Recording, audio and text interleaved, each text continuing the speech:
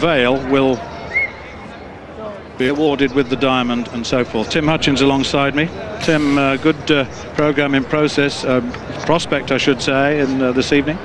Yes, considering it's mid-May, Stuart, and the first really big meeting of the summer season, the international season, this is a wonderfully high-quality meeting. It's exactly what the sport of athletics needs, this Diamond League. It really does regenerate the sport. The Golden League, which went for many years, served its purpose, but the Diamond League really does bring it together well in a very easily understandable process, scoring system which is nice and easy, and incorporates the whole globe. Well, the 400-meter hurdles is the first event. Alshakili Cisneros of Cuba, now Karen Clement of the United States, and he of course is the world champion. He won that title in Berlin last year. He's the Olympic silver medalist too, and in very good form. 48.55 this season. Angelo Taylor, 3 Olympic gold medals, 2 in the 400-meter hurdles incidentally, one first in Sydney, again in Beijing. 47.25, that was a personal best on that occasion. Bashawn Jackson has a couple of world titles himself. He's the world champion in 2007, Olympic bronze medalist in 2008, and the world championship bronze medalist in Berlin. So he's slight compared with the rest. Mike Tinsley, he's going well at the moment. 48.46 is his season's best thus far. He's in very good form indeed. So 4 races under 48.4. Van Zyl of South Africa won this race in 2008. His time 49.03. Was 5th in the Olympic final. But a disappointment for him. Didn't reach the final in the World Championships. And Isa Phillips of Jamaica, right on the outside. He's got a season's best of 48.87. So he's in pretty good form. He's got a best of 48.05. So some of these athletes have really come to form very early in the proceedings. Very early in the season, 14 events across the season, and so the first 3 will get the points, so it's very important to get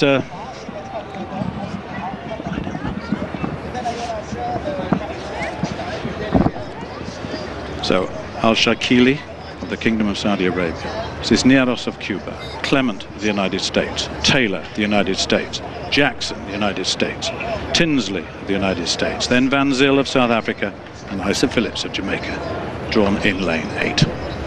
Well, it's pretty strong wind in the back straight. It looks as though it's dropped just a little bit, so it'll be tough for stride patterns down that back straight.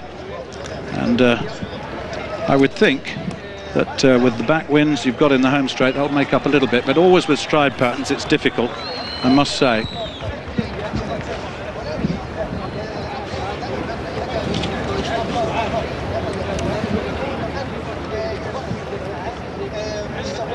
Meeting record is Matati's at 48.29, so there's always been a pretty strong presence of the highest order in Doha here. It's a big crowd, it's absolutely packed.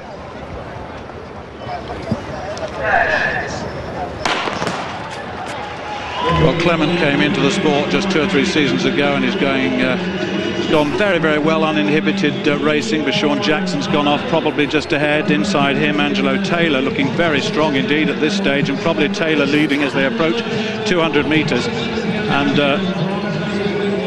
so Bashawn Jackson now fading just a little bit. Taylor going very strongly indeed, chased then by Karen Clement. These two, the big names, going very, very strongly indeed as they come into the home straight.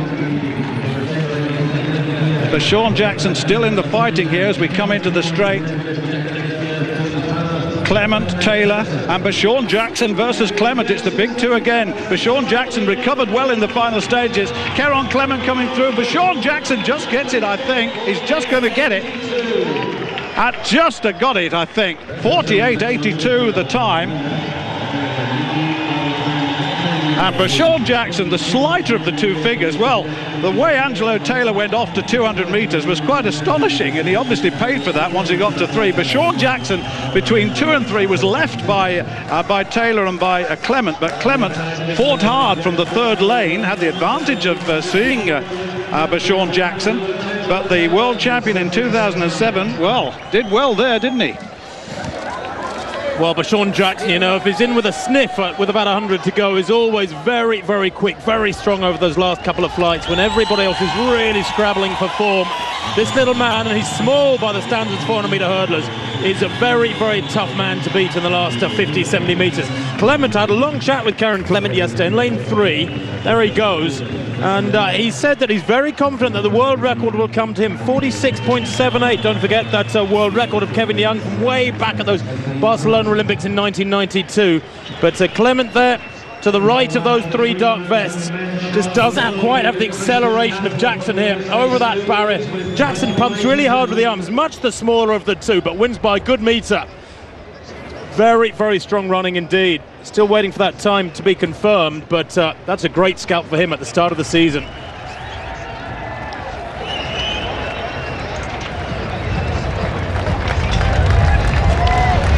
Well, but Sean Jackson, Olympic bronze medalist, World Championship bronze medalist after winning that title in Osaka in 2007.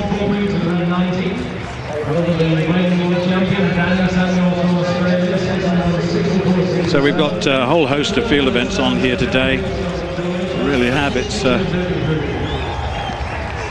magnificent array.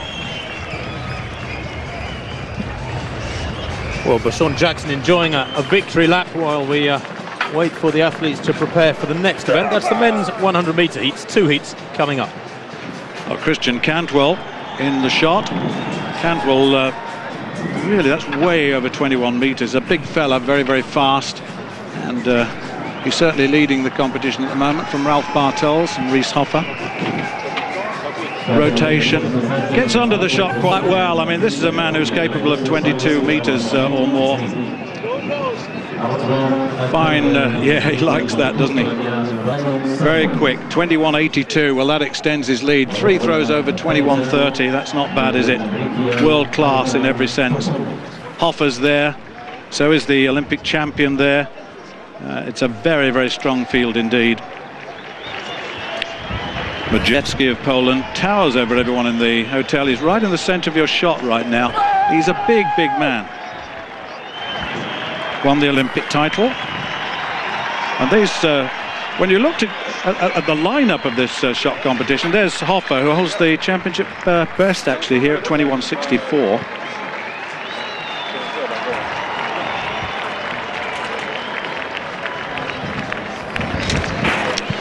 Well, Hoffer, I saw him in the Olympics and the World Championships. There's a little bit of a problem with consistency. But, now this fella is a big, big man. Majewski, linear technique. Really nice to see the linear technique. It's so much more consistent, and that's not going to take the lead certainly here.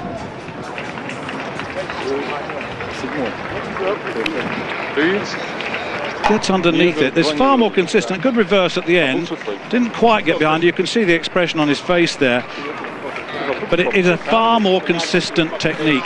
Okay, the World Championship went to the rotators, but the last 2 Olympic golds went to a linear technique. So you take your bets there.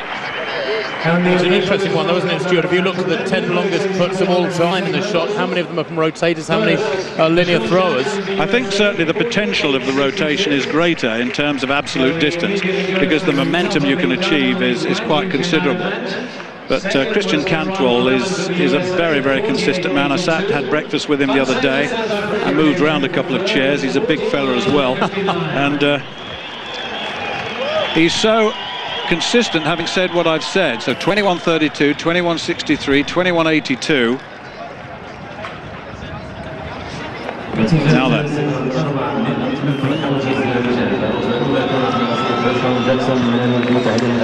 Well, there is one, Angelo Taylor, clearly quite still recovering from that 400-metre hurdles.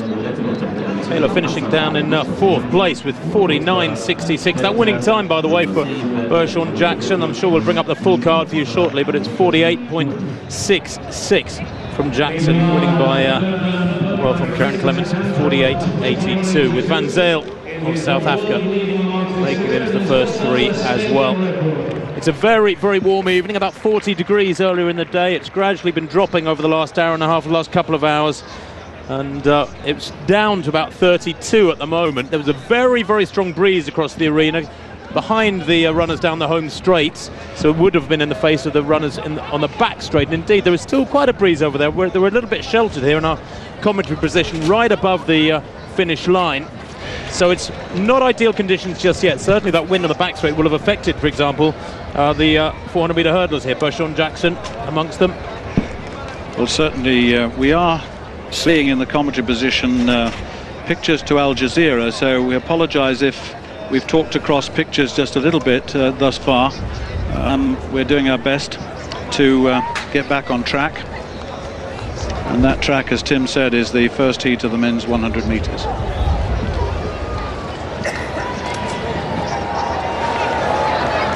Well, always good confidence boost to start your season with a strong performance. Of course, a lot of the American athletes on the collegiate circuit and other North American meetings have got a month or so of outdoor athletics under their belts already. It's a very early start to the season they have in North America, and it does give them the jump on much of the rest of the world. The Southern Hemisphere athletes, of course, South Africans and Australians, also well ahead of the game. It's usually the Europeans who they catch up through May and going into June. Well, the first of 2 heats now in the men's 100 metres. The first 3 in each heat will go through to the final, which is in an hour and a half or so's time. Simone Collio, Italian, he goes in lane 7, the 30-year-old. Set an Italian national record for 60 metres winter before last. And a man who's in pretty good form considering his age. Just give you that line up from the far side. You can see Clark there, he goes in lane 4, but while lane 1 is empty, Yahya Habib of Saudi Arabia goes in lane 2. Second of the World Youth Championships back in 2003, but it hasn't really progressed, the 24-year-old. His personal best, 10:28. Bilal Al-Salfa of the United Arab Emirates goes in lane 3. Then Ron Clark, there he is in the dark strip, he goes in lane 4, and somewhat bizarrely wearing gloves in both hands, I think. There's Habib in the green. Bilal Al-Salfa in 3, Clark in 4, the Jamaican we saw. Travis Paget goes in 5. Michael Frater in 6, and Simone Collio in lane 7. Just 6 athletes out there. Only 6 in the second heat, so we're just eliminating 4 athletes from these 2 heats. But so often, of course, in the sprints, athletes go better in a second race with a gap of an hour or an hour and a half. So here we go then once again. First of 2 heats in the men's 100 metres. The first 3 go through by right. Habib in 2, Al-Salfa in 3, Lerone Clark in 4, Paget in 5. He won here last year. Frater in 6 for Jamaica. Collio in lane 7 in the yellow nearest the camera.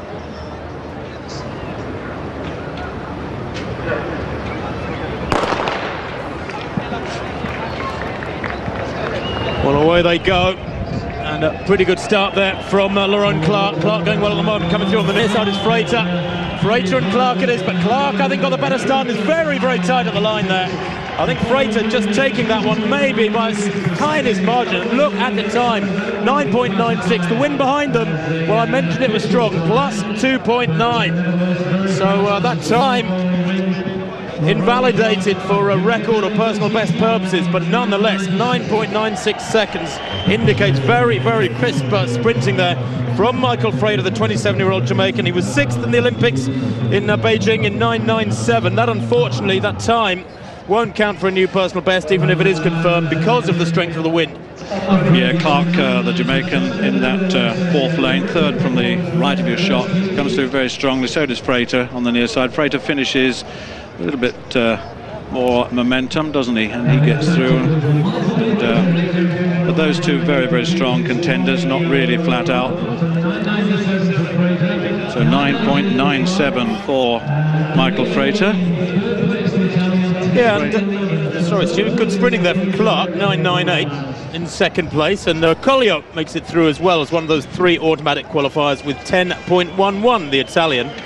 It's Travis Paget, the man who won this meeting last year, who has to sit out and see if he'll go through as the fastest loser. His time in 4th place, 10.12. Well, there's the scene. It's good conditions for some of the throwers. The discus, women's discus competition features a very, very strong field, including the Olympic champion. Yeah, it's very interesting indeed to see how this competition unfolds, because Perkovic of Croatia in third place overall with a throw of 62 meters and 33 centimeters. This competition finished some time ago, and we're just going to show you the third and second and first place. And Danny Samuels, here's the the world champion, I should say, well down in the Olympics, but came through to win the Olympic title, to get second place here. And so often in the past, the Cubans have featured in this discus competition, and so they did here as well. Barrios, who was the Olympic silver medalist, we'll see her in a moment. That's just another look at the Olympic champion, or the world champion. So it's the big throw, each of these two heats, 64 meters and 67. This is Yarelis Barrios, short and stocky, but look at that discus fly. And that's way out at 64 meters and 90. She's very fast in the circle, the throwing arm always active, and those feet very, very quick. Delays that arm just a bit, but it doesn't lose its activity, and the end result is a winning throw at 64.90.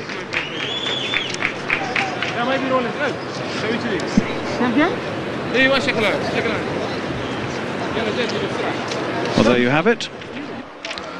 So Barrios of Cuba, from Samuels of Australia, and Perkovic of Croatia. Well, we go down to the start of Heat 2. You've got that lineup on your screen, I hope, right now. Roberto Donati of Italy in 1, Saiden Duri of Norway in 3, I should say in lane 2 and 3, lane 1 not being used. Then Asafa Powell of Jamaica in lane 4. But let's go through them one at a time. Donati, the Italian, the World Championship 4x1 for Italy. They were 4th in that championship. He's got best of 10.34, so he's going to need a lot to find here, I would think.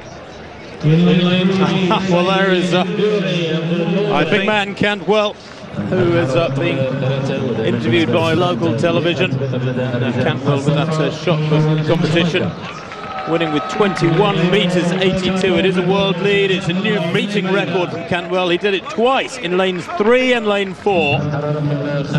In lanes 3, in rounds 3 and round 4.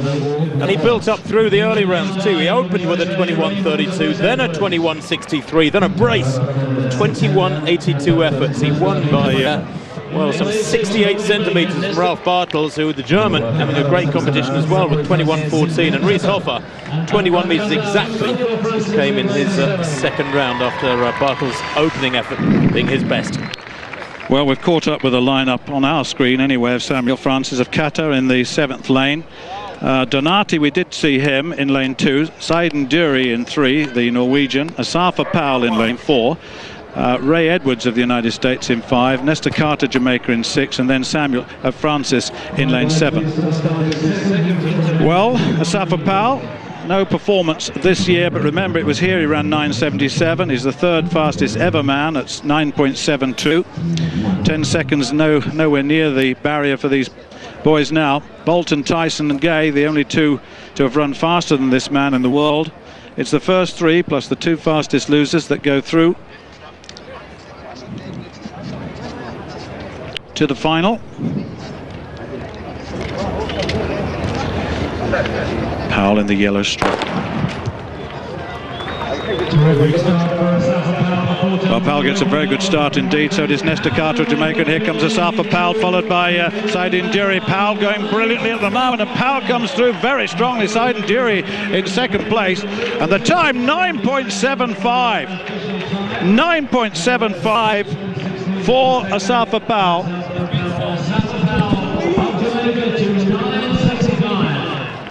9.75 for Asafa Powell. And that's the fastest in the world this year, clearly. Ivory Williams of the United States. Ivory Williams of the United States was the leader at 9.95, but This is a different class, isn't it? Just looking at my screen, I've got a slow motion on it at the moment, and Powell got away brilliantly. Saidi Indiri went well there, Tim.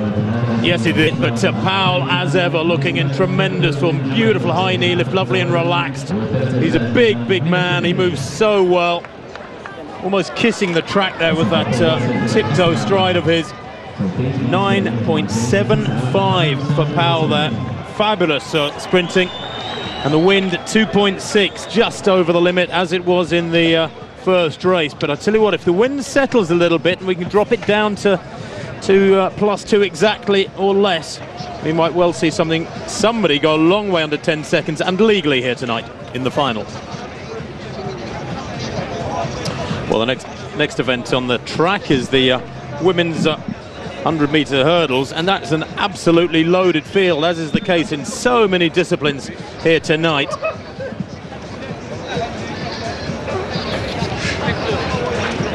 Amongst them the freshly crowned Lolo Jones from the World Indoor Championships here in Doha just a couple of months ago. The American retaining her title in the Aspire Dome, which is just a few kilometers away from this outdoor arena at the Qatar Sports Club.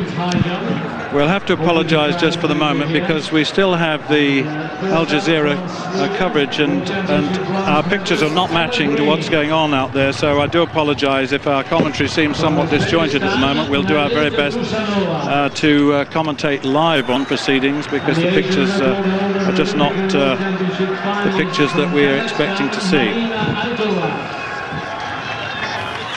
Well, we believe that you at home are getting the right pictures, but we aren't here in the commentary booth. Can you believe? Certain irony to that, but we'll try and work out those bugs in the system. Certainly the principal happenings in the stadium are continuing at women's 100-meter hurdles, due off at half past the hour, so a few minutes yet.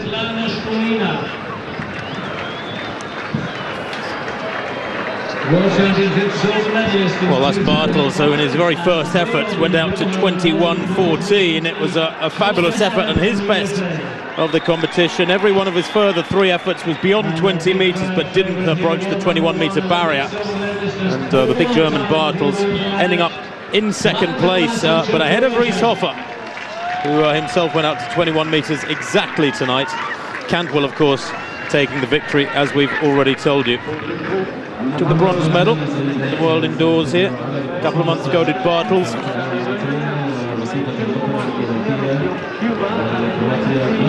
Here is Cantwell, though.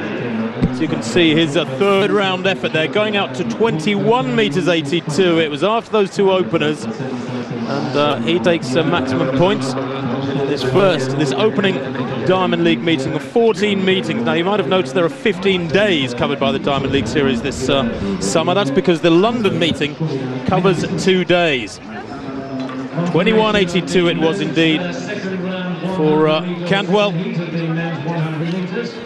The Olympic silver medalist. Sure, he'd swap victory after victory in between Olympiads for one place batter in Beijing. They are massive lads. They've been strolling around the hotel the last couple of days, but can't really miss them. Majewski, I think, probably the biggest of all of them, the Polish Olympic champion, but he didn't have a great night tonight. Down in 5th place, Majewski, with 20.39.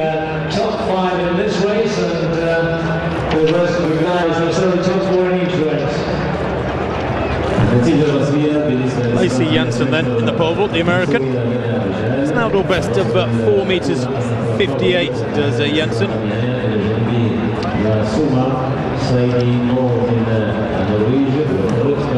Cleared 4.30 at her 3rd attempt tonight. Already has 1 failure at this height, 4 metres 45. I can tell you that 3 athletes have gone clear. Gorobchikova and Spiegelberg of Russia and Germany respectively went over it first time, and Kyriakopoulou of Greece clearing it at the 2nd attempt. Jana Polnova has had a couple of failures. Tachnikova, Gadchiev also have a failure at this height, as does Anna Rogovski, the world champion from Berlin last summer. She will go next. the second attempt at this height. And this is the second attempt for Janssen. Actually, has indoor PB significantly better than her outdoor PB. The 466 balls were out indoors. No, way off the mark there as well. Two athletes in trouble here. Just looking across, they're at the far end of the stadium from us. I think they are fairly exposed to the breeze that comes in at the far end of the stand, near where the 100-metre runners will be climbing into their blocks, and therefore it may be giving them problems over in the bull.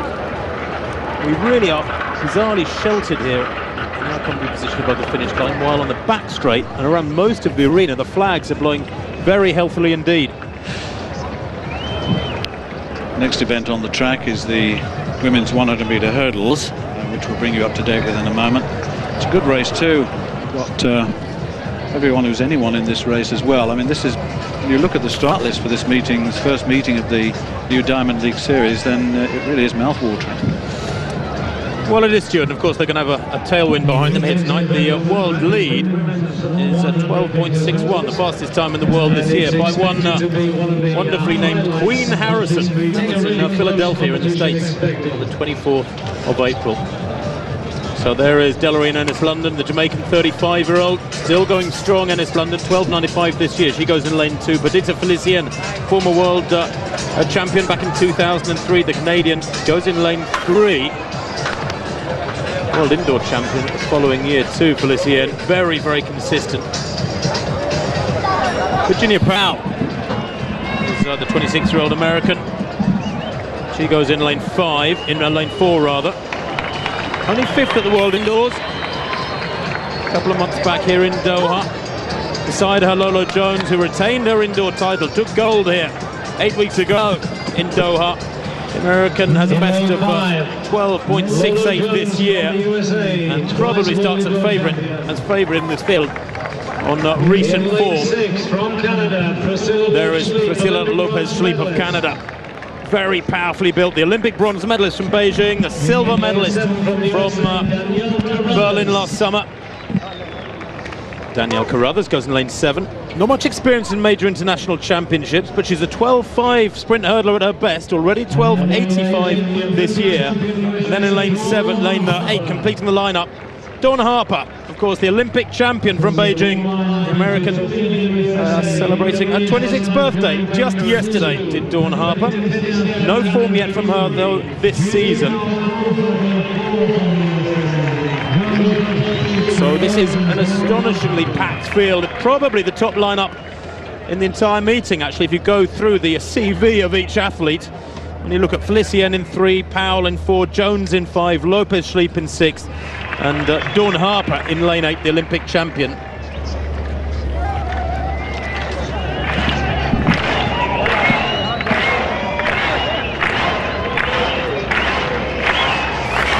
Well, the meeting record held by Priscilla Lopez-Schleep. She's in lane 6 last year, winning with 12.52. But will the wind have settled enough to let these women complete their race in legal wind conditions? I doubt it somehow. For those two 100-metre races a few minutes ago, anything to go by. Remember, 2.9 and 2.6, the wind speeds behind them in the two heats. Heat 1 and Heat 2 respectively. So into their blocks then.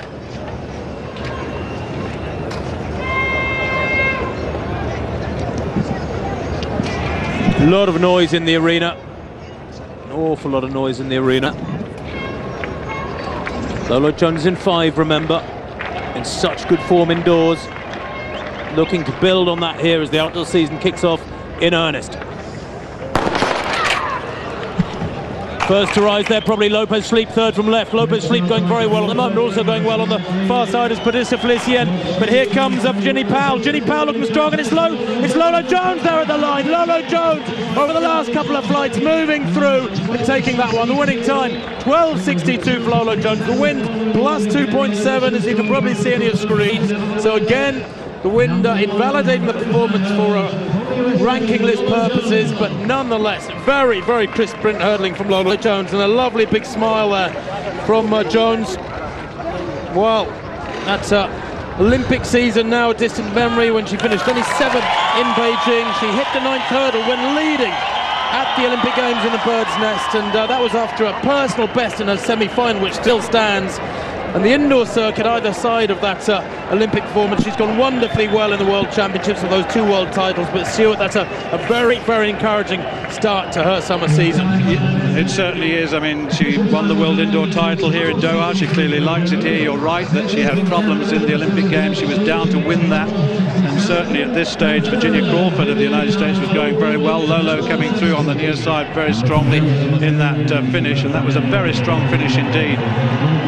Certainly it looked to me as though Ginny Crawford, tall, powerful athlete, just faded a little bit in the final stages. She may have got into 3rd place. We'll check on that in a moment. But Lolo, that'll do her a lot of good for her confidence. Remember, her world indoor titles, she certainly managed that over the shorter distance, and it's a clear win on this occasion. What a last 20 metres or so from Lolo Jones.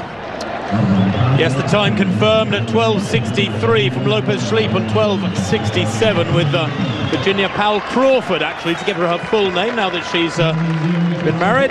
12.70. The whole field going a long, long way under 13 seconds, as you'd expect in these gusty conditions.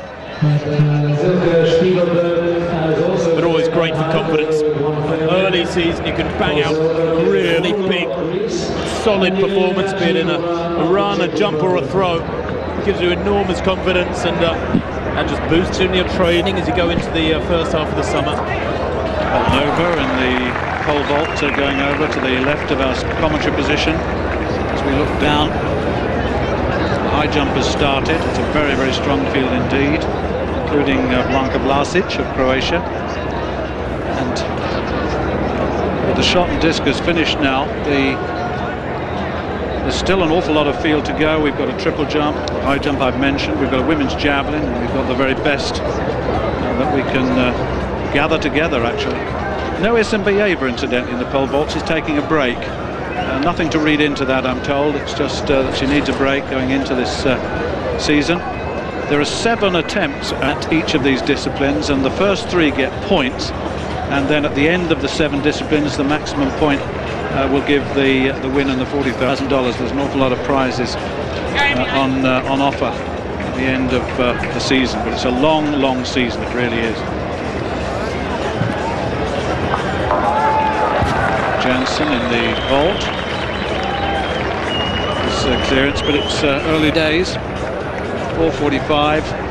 We're used to 460s, 70s and 480s these days in the vault, but this is early days. I was going to say warm up, but the temperature's around about 33 degrees still here. Very, very humid and hot. Well, that I think is a replay of Jansen's 3rd term clearance at 4.30 meters. She has recorded 2 failures at 4:45, according to our computers at the moment.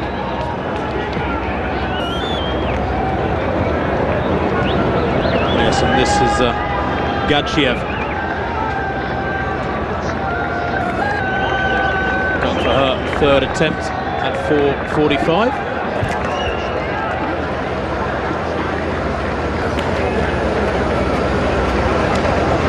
Slightly confusing, these pictures, because they don't appear to match with our monitors, our computers. They give us a card for each of these field events. So once again, apologies for the bugs in the works here tonight.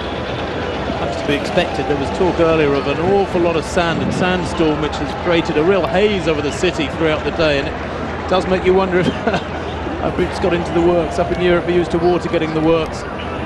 Down here, it's sand.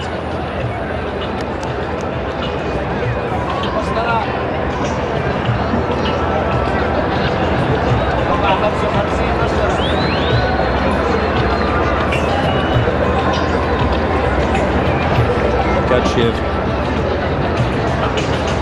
did indeed fail her 3rd attempt at 4:45, putting her down in 8th place.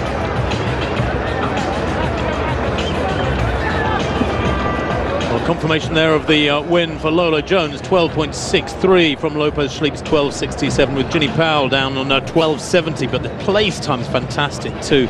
12.73 for fourth place by Felicien Carruthers, 12.74. Enes London, 12.75 in fourth, fifth and sixth respectively.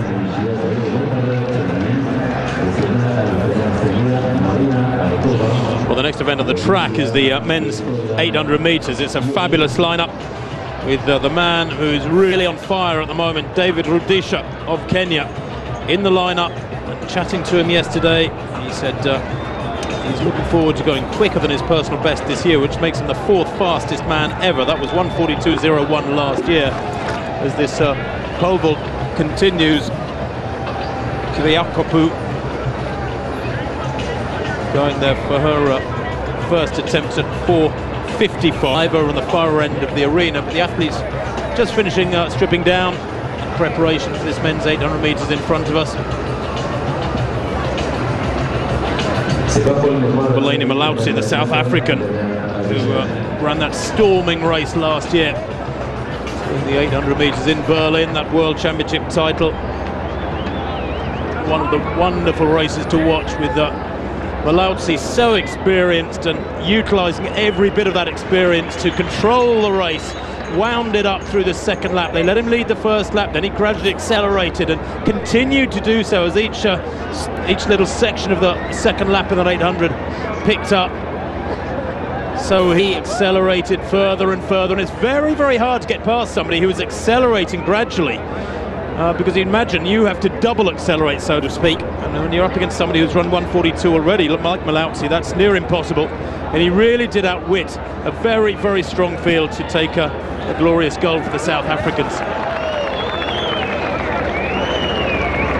Now there is talk tonight of this 800 metres being very, very fast indeed. Officially, the pacemaker's due to go out in 50 seconds exactly, but discussions around the hotel foyer today suggesting that perhaps the pacemaker is going to go out in under 49 seconds, with Rudisha just keen to test himself and see what he can do. As we go back to the pole vault, I'm not quite sure which pictures you're seeing at home, so I do apologise. Tatjana Polnova there, after two failures at 4:45, saving up the final effort and going clear at 4:55. So breathes a big sigh of relief, and ironically takes the lead there, Polnova, the first athlete over 4:55 in that women's vault. Well, certainly the 800 metres. We've got Dersch of Sweden, Lopez of Cuba, Michael Rimmer of Great Britain. He goes in this race. Malautsi goes here as well, the world champion. Bala of Qatar, Lalou of Morocco, Kiprop of Kenya, the Olympic silver medalist, 1500. Driosh of Qatar, Ismail of Sudan, he's only 18. Tangui of Kenya is only 19. He's got to set the pace, and as Tim was saying, that it's down officially as 50, but we understand that Rudisha has asked for something sub 49, and he says this is a tryout. It's I just want to see how I can survive in all of this, and we shall certainly see. But Dersch on the inside, best of 1:45.45. Inside him or next to him is Lopez of Cuba. It's a 1:43.07 man. That was 2008 World Championship finalist last year in the red. And there's Michael Rimmer, started the season well, 1:46.29. That was in Dhaka on the 24th of April. Spoke to him this morning. He's in good form, he says. Doesn't mind about the race, needs to get in amongst it. Lani Malautsi of South Africa, the world champion from 2009 from Berlin. He's there. 1:45.41 season's best thus far. Bala of Qatar. Next to Lalou. Lalou, fifth of the World Championship final. He went in the 1500 metres in the World Indoor Championships this year. He was fifth in that. And then you've got the Kiprop, he's got a best of 1:43.17. That was here in Doha in May last year, so he likes it here too. They love the temperature, they really do.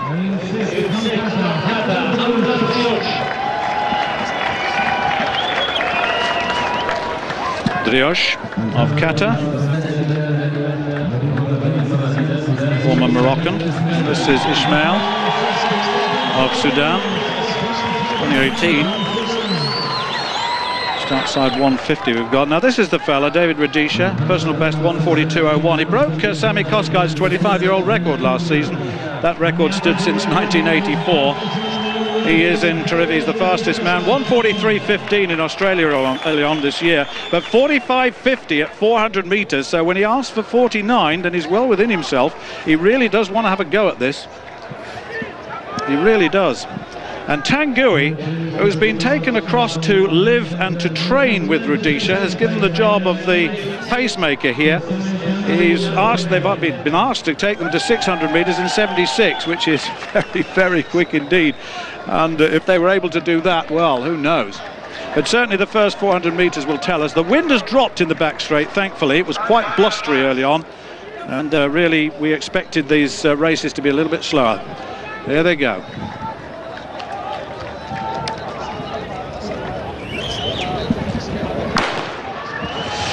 So the men's 800 meters underway. Well, just looking as they go into the back straight, the pacemaker really just now starting to move into the frame, now accelerating into the back. Malaudzi's in second place, Kiprop in third place, and then behind him is Rudisha, and Rudisha's now in the place he wanted to be in second place. That looks like Kiprop in third, Malaudzi in fourth, as they come to about 300 meters.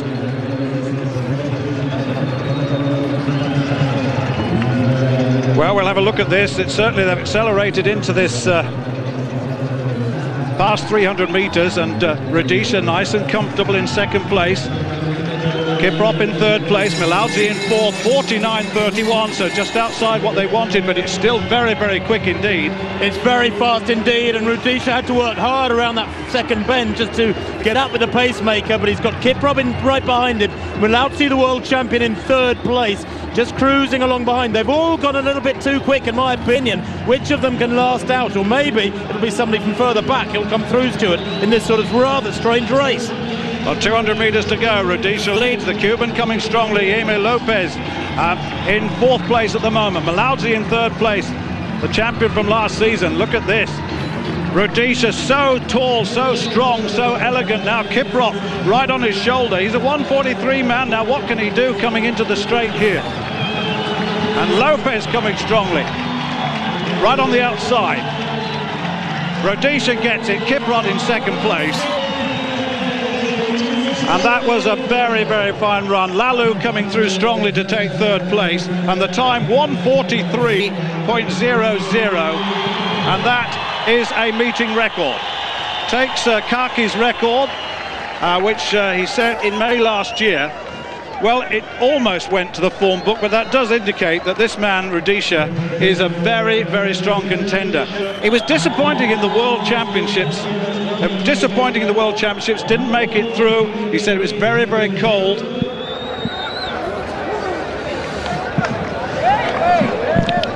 Well, 143 dead there for Rudisha is confirmed.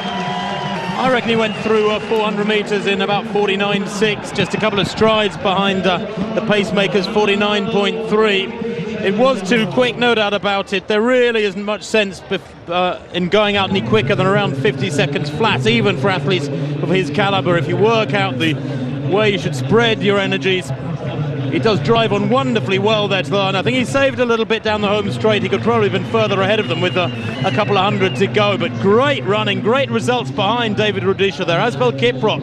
1:43.45 in second place. Lalu, good running from the Moroccan, 1:43.71 in third, but it was indeed the fastest time in the world this year, and as Stuart said, a meeting record there for Rudisha with that 1:43.00. 53.69 the second lap time was given.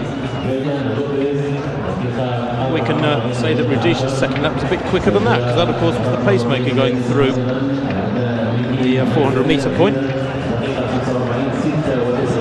There's the world champion, Anna Rogowska, in the pole vault, looking somewhat aggressive and determined here. Rogowska open at 4:45 with a failure. This 4:55 and nowhere near it, and still only Tatiana Polnova, the Russian, who's gone clear at this height. It is a world leading performance from Polnova, that first time clearance at this height. but it's troubling everybody else. And just looking up at the far end of the stadium, the wind has dropped a little bit. Ironically, the flags, if anywhere, are strongest around the vaulters on that second bend, the far bend from where we are at the moment. There's no sign of it just there around Rogowska and her competitors, her fellow competitors. Just looking to see if there's any ribbon that can give an indication of the wind conditions actually down near the bed where they're vaulting. They are reasonably well sheltered. The stands over that far side are about 15 seats high. So back to the drawing board, at least back to competitive mode at this height. A lot of those vaulters, 4:55, has been failed now by no less than 6 other athletes. Holnova has gone clear. Katalin Hingst of Germany out of the competition already with 3 failures at 4:30.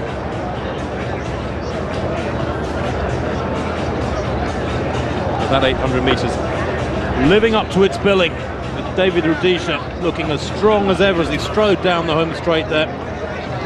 Indeed, some respected pundits in the sport believing this is the man who can take the world record down below 1 minute 41 seconds. Only 3 men have ever gone below 1:42. Don't let's forget. And Rudisha is the number 4 on the all-time list.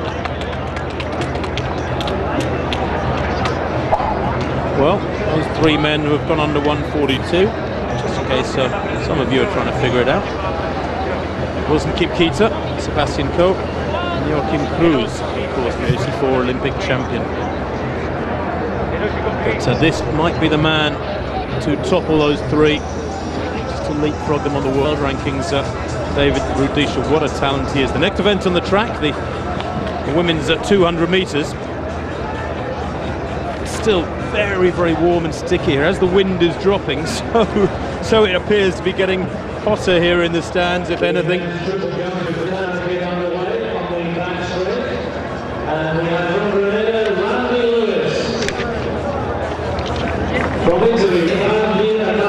The athletes on the in the next event, the women's 200 metres, not due off for a little while just yet. Glancing over there, they are now stripped off and just about ready. And, a strong field it is once again in this women's 200 metres. Yeah, the high jump is still at 1 metre 85. They go up to 189 just to bring you up to date with just to the right of our commentary box. It is a very, very good 200 metres that you were saying, Tim, and with Karen Stewart in the 4th lane. It's a very, very good lane indeed. 2nd in the Olympics and over 100 metres, and then in the World Championships too.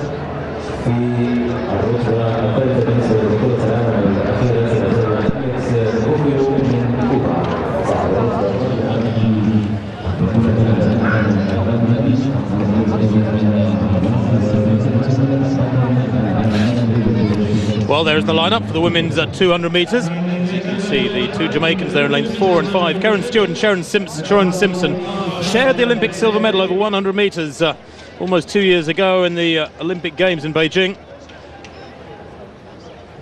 And they start much as favourites here. That is Natalie Knight, the 23-year-old American, one of 2 Knights in this race. Bianca Knight goes 2 lanes outside her. 23.3 this year, but she's a 22.8 sprinter at her best. Has to contend with that tight inside lane, does Natalie Knight. Sherrion Brooks of Jamaica goes outside her in lane 2. Silver medalist in the sprint relay at the World Championships a couple of years ago. But 4th in the world indoor 60 metres here in Doha just a couple of months ago. So watch Brooks in 2. Bianca Knight, there she is, the 21-year-old. She is the world junior record holder for 200 metres indoors. Not often that world junior records indoors come to mind, but 22:40 she ran a couple of years ago, Bianca Knight. Karen Stewart of Jamaica, as I said, the Olympic silver medalist, shared that 100 metre silver with Sharon Simpson, compatriot outsider. She's a 21.99 athlete outdoors as Karen Stewart. She's in 4 and she'll be chasing Sharon Simpson, who has run 22 seconds exactly. They're very, very evenly matched on paper. And with the Stewart in 4 and Simpson in 5, this is a wonderful contest in prospect. Didn't have a great season last year, though, Sharon Simpson. There's Sidonia Mothersill of the Cayman Islands. Mothersill, an Olympic finalist at this distance in Beijing. Did finish in 8th place in the Bird's Nest, and then a semi-finalist last year at the half lap in Berlin. Yulia Kushina of Russia, out in lane 7. An Olympic gold medalist in the sprint relay, the 27-year-old. And quite useful over this distance. She's the European Championship silver medalist in 200 metres. Took that silver in Gothenburg, 4 years ago now. And of course the European Championships coming up this summer in Barcelona in late July. And Anisha McLaughlin completes the lineup there, the Jamaican in lane 8. Was World Youth Champion in 2003, but the world seems to have passed her by. She got a World Junior silver medal in 2004, and then a senior career has never really arrived. So that lineup once again: Natalie Knight in 1, Sherry-Ann Brooks in 2, Bianca Knight of the USA in 3, then Karen Stewart in 4 and Sharon Simpson in 5. Both those Jamaicans in very, very good form. Sidonia Mothersill in 6, Yulia Kushina in 7, Anisha McLaughlin in lane 8. The fastest time in the world this year, 22.32 by Veronica Campbell-Brown back in mid-April.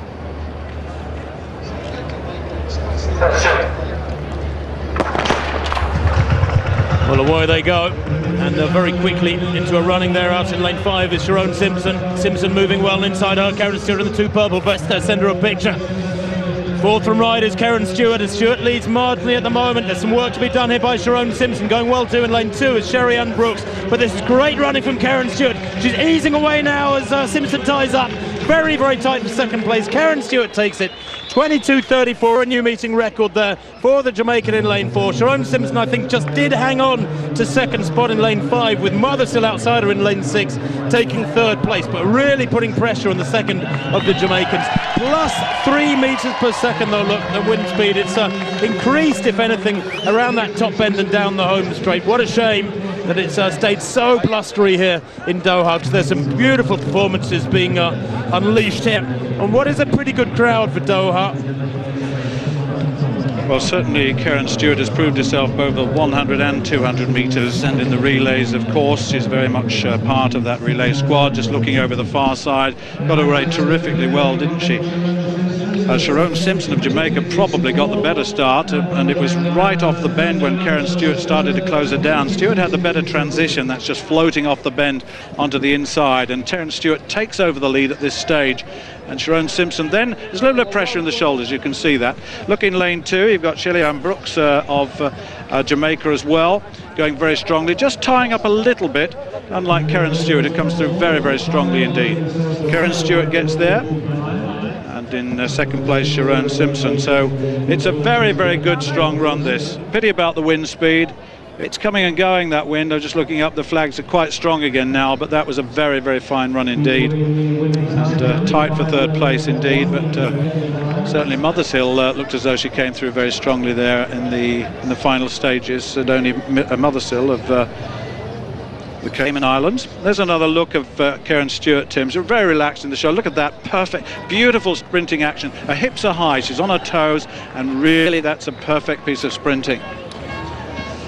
Well, confirmation of that win for Stewart, 22.34. She's run a legal 22.57 this year, which is probably closer to what that time would have been. Sharon Simpson, 22.64, a couple of metres down, and Mothersill there in 3rd place, 22.66. The first 5 athletes home, breaking 23 seconds with that strong following wind. And the points there, of course, for the Diamond League, 4-2-1 for the first 3 in that discipline, as in all others tonight.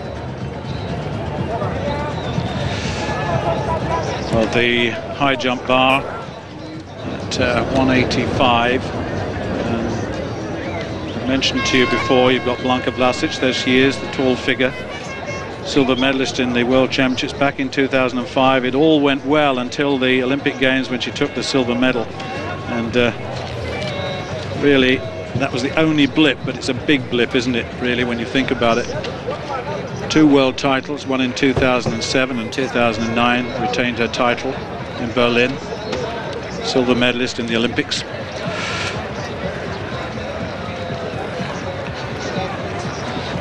Pole vault certainly still going strong. Radowska is next to go, holds the meeting record at 4:63. So 4:55 the bar at the moment, so that's a good start. Rogowska, well, Isambeyeva, let me just repeat, she's having a bit of a break. She's not coming into this early part of the season. She says she wants a rest, and I guess they're working on some technique, I would think. Coach Petrov would be, he's a perfectionist, and they'll be working on things. They need to get her beyond 5 meters again. She hasn't done that for a while. And when you develop technique, all of these vaulters, when they develop technique, go back 2 steps and forward 1 until they get it right, and then forward 3. So it's a second time success at 4:55.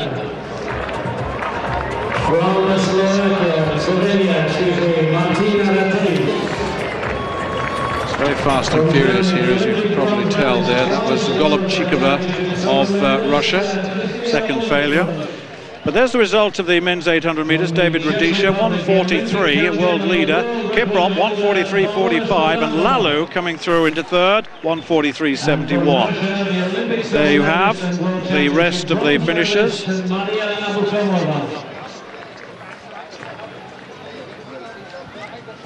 The next event on the track. There's the diamond race standings at the moment. 4 points, 2 points, 1 point. That's how it'll go. Rudisha from Kiprop from Lalu. They have 7 opportunities during the season, and only the first 3 get points.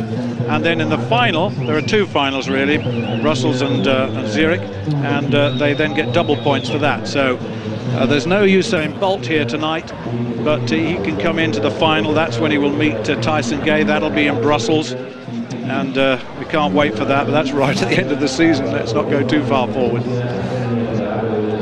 Well, this height 4:45 proving less of a barrier to some of these ladies at the second attempt. No less than 4 of them have cleared it at the second try. Kyriakopoulou of Greece amongst them, Tachnikova as well, the Czech Silke Spiegelberg, and the American Lacey Johnson, all going clear. And all those performances, indeed 6 women over 4:55 now, setting or equaling the world leading performance for this season. So encouraging stuff in the vault. And I'm just looking to see if it's because the wind might have eased back and improved conditions. I don't think it has down there. It's still very windy at the far end of the arena. Anna Rogowska, by the way, cleared that 4:55 height at the first attempt, so the world champion very much back in the thick of it. Well, the triple jump on the far side of the stadium. The Tanzos of Cuba. And the lead by Levan Sands at the moment, 16 meters and 78. Valkiewicz, 16:57. Randy Lewis, 16:17. Ghani, South Africa, 15:34. Trembridge, Geralt and Capello all have failed their jumps. Only 4 rounds, incidentally, in the Diamond Eagle, or a big adjustment. That looked as though it was well over the board, so that won't count. The world leading mark is there for you to see. That world leading mark is 17 meters 20 by Gregorio of Brazil. Well, the last 4 jumpers, no jumps in that competition. Well, the next event on the track is the men's 3,000 meter steeplechase. There was a meeting record here last year. That meeting record standing at 7:58. Conditions we can see from that 800 meter time, Stuart, are good for middle distance racing. Yeah, Ramalefi, the South African, right on the top there, is the world leader actually. This is really the first proper race of the season. And you've got some very, very fine athletes. You've got the Olympic champion, the world champion. You've got the world silver medalist, the Olympic silver medalist. The pace is David Langat and Patrick Langat. We're hoping to get to 1,000 in, 2:38, and then 2,000 in 5:18. That's a 2:40-second 1,000. Matilong, he's had a good series of competitions, World Championship silver medalist last year. He will surely feature in this. Olympic bronze medalist, always there or thereabouts in these competitions, this man. Kemboy, that's Ezekiel Kemboy. He holds the meeting record set here in Doha at 7:58.85. And the pace that they've set themselves is an 8-minute pace, so it's going to be a real charge in the end. If you say that one event is dominated by a country, well, you've got to say the Kenyans have dominated over the years. They really have. Kipruto is there, the Olympic champion, Rimin Kipruto. They're all here. Koech is there. Paul Koech, Olympic bronze medalist in 2004. Anyone who is anyone is here. Kiptum just getting across the line there.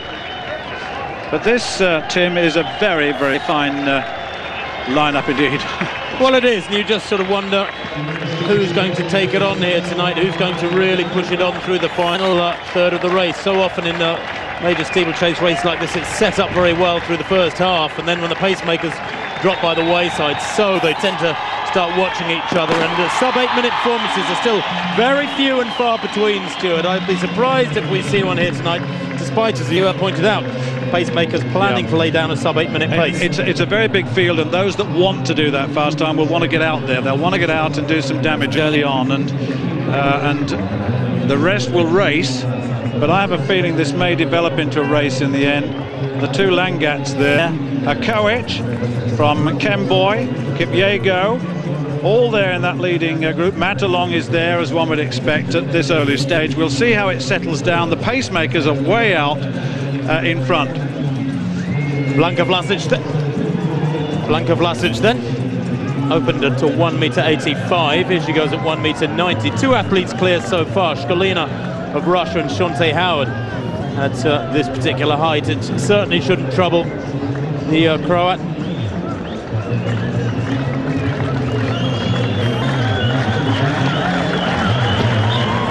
And it doesn't, no.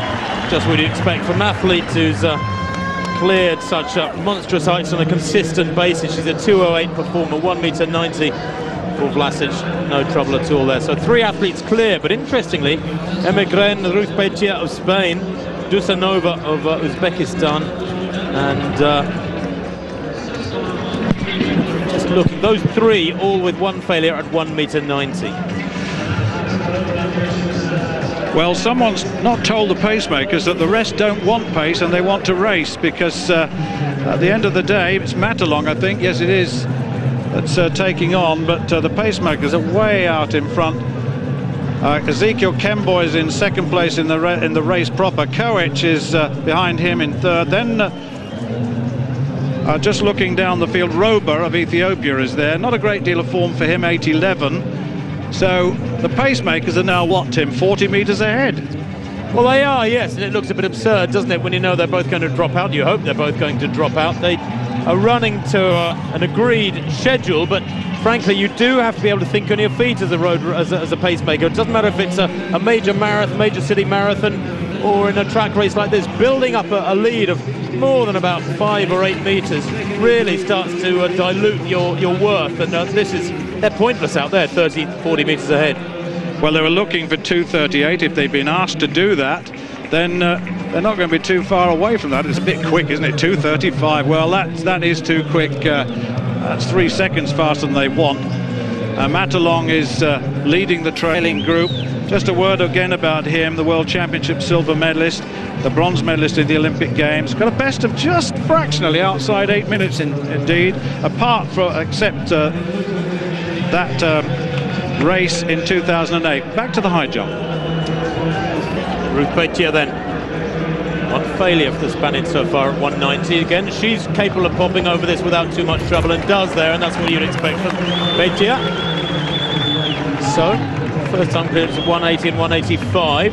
Then that sequence temporarily interrupted, but she marches on, the Spaniard. She's a 2:02 jumper, a season's best 1:95, so she's not hitting the big heights just yet, but she's the Spanish record holder, and that's looking better. Well, this is a bit of a nonsense in terms of pace, it really is, and the Langats are way out, and it's become a race now. Forget the pacemakers, we're not interested in them. Koech is there, Kiplagat has come forward into the leading group. You can see Kemboy there, and the rest will race it out. There's no question about that. But remember, the pace at the 1,000 was 3 seconds out of what they asked for, and that was terrifically fast. Well, it's a good point, Stuart, you make, because frankly, the field were probably about 5 seconds down, and yet the pacemakers were 3 seconds up on what they should have been. And had they been running at a more sensible pace, this does confirm, of course, that it's been poor pacemaking tonight.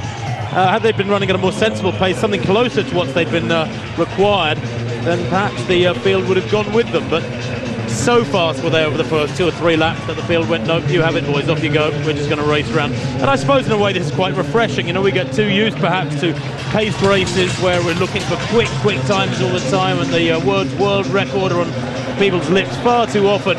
Let's concentrate on the competition going back there, not ideally on this pacemaker who comes through below us with 3 laps to go and with about 60 metres on the main pack. There they are, that's the race.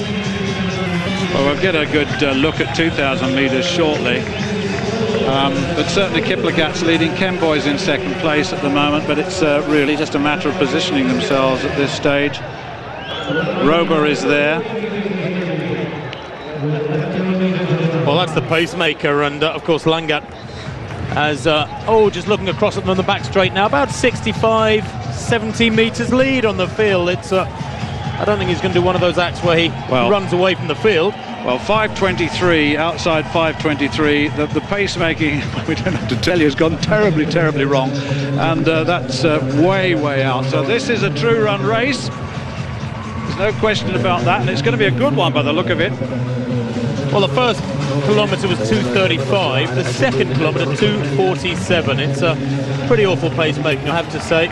5:23 at 2,000 metres for the pacemaker would have given, if he'd had the pack with him, would have given them a shot at 8 minutes with an acceleration in the final kilometre. But there's no way now.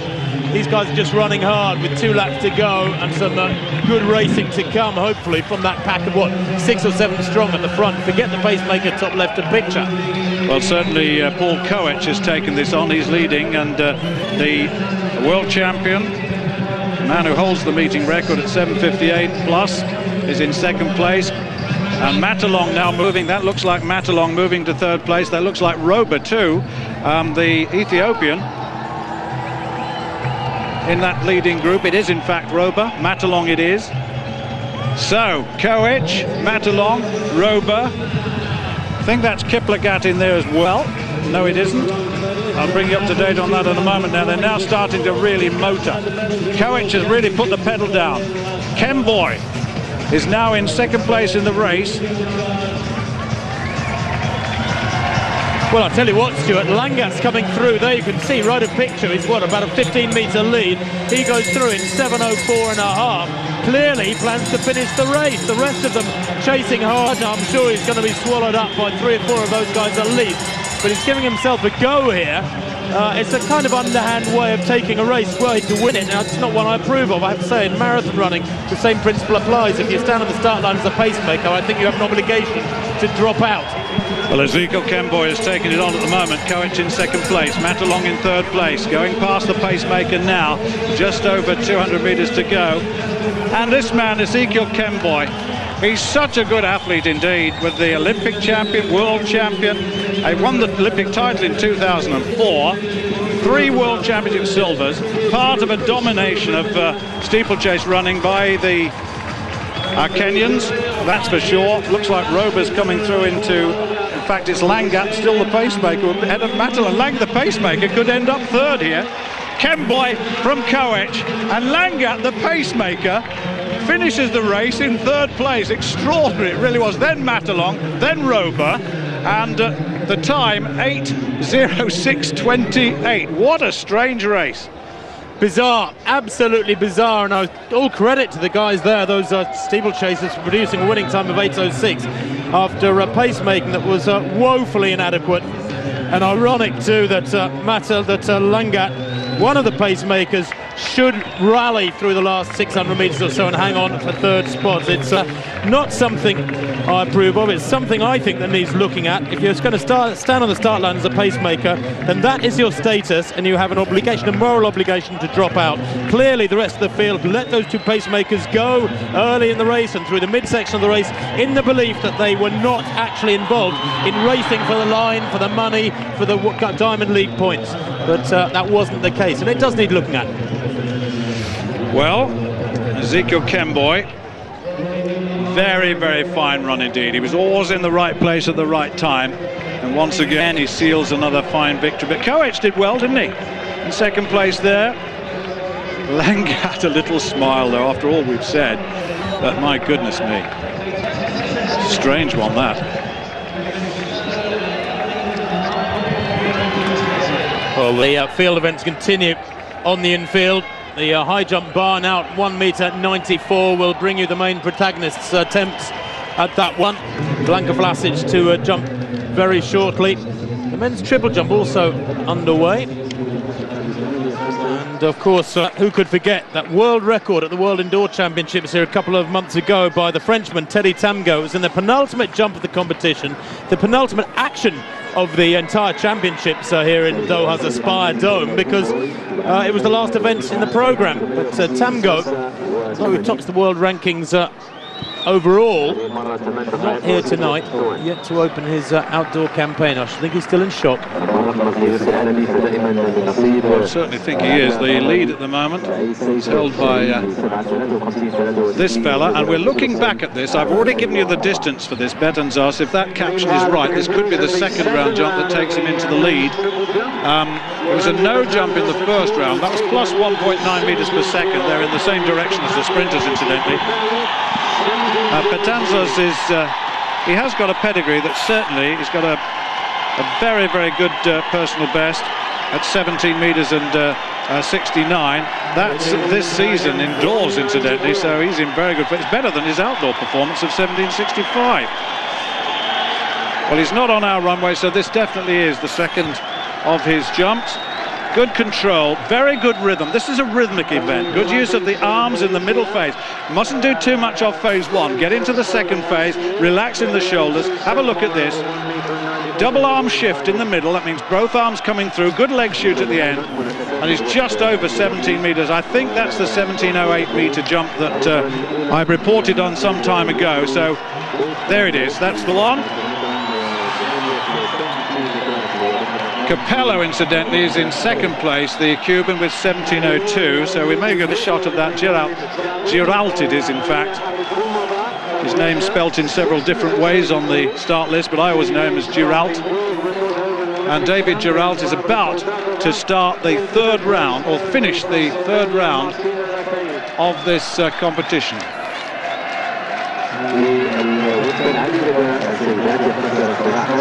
There are only 4 rounds, and I'm just wondering whether they reverse the order on this third round. I'll soon be able to tell you in a moment when I get to grips with the computer here.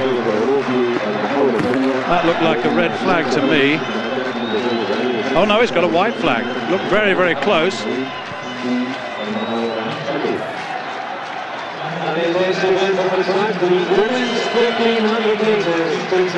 I think they may well have reversed the order in this. Yes, they've reversed the order. There are 4 rounds, and after the first 2 they've reversed the order by the look of it, because they're coming up on our computer and reverse.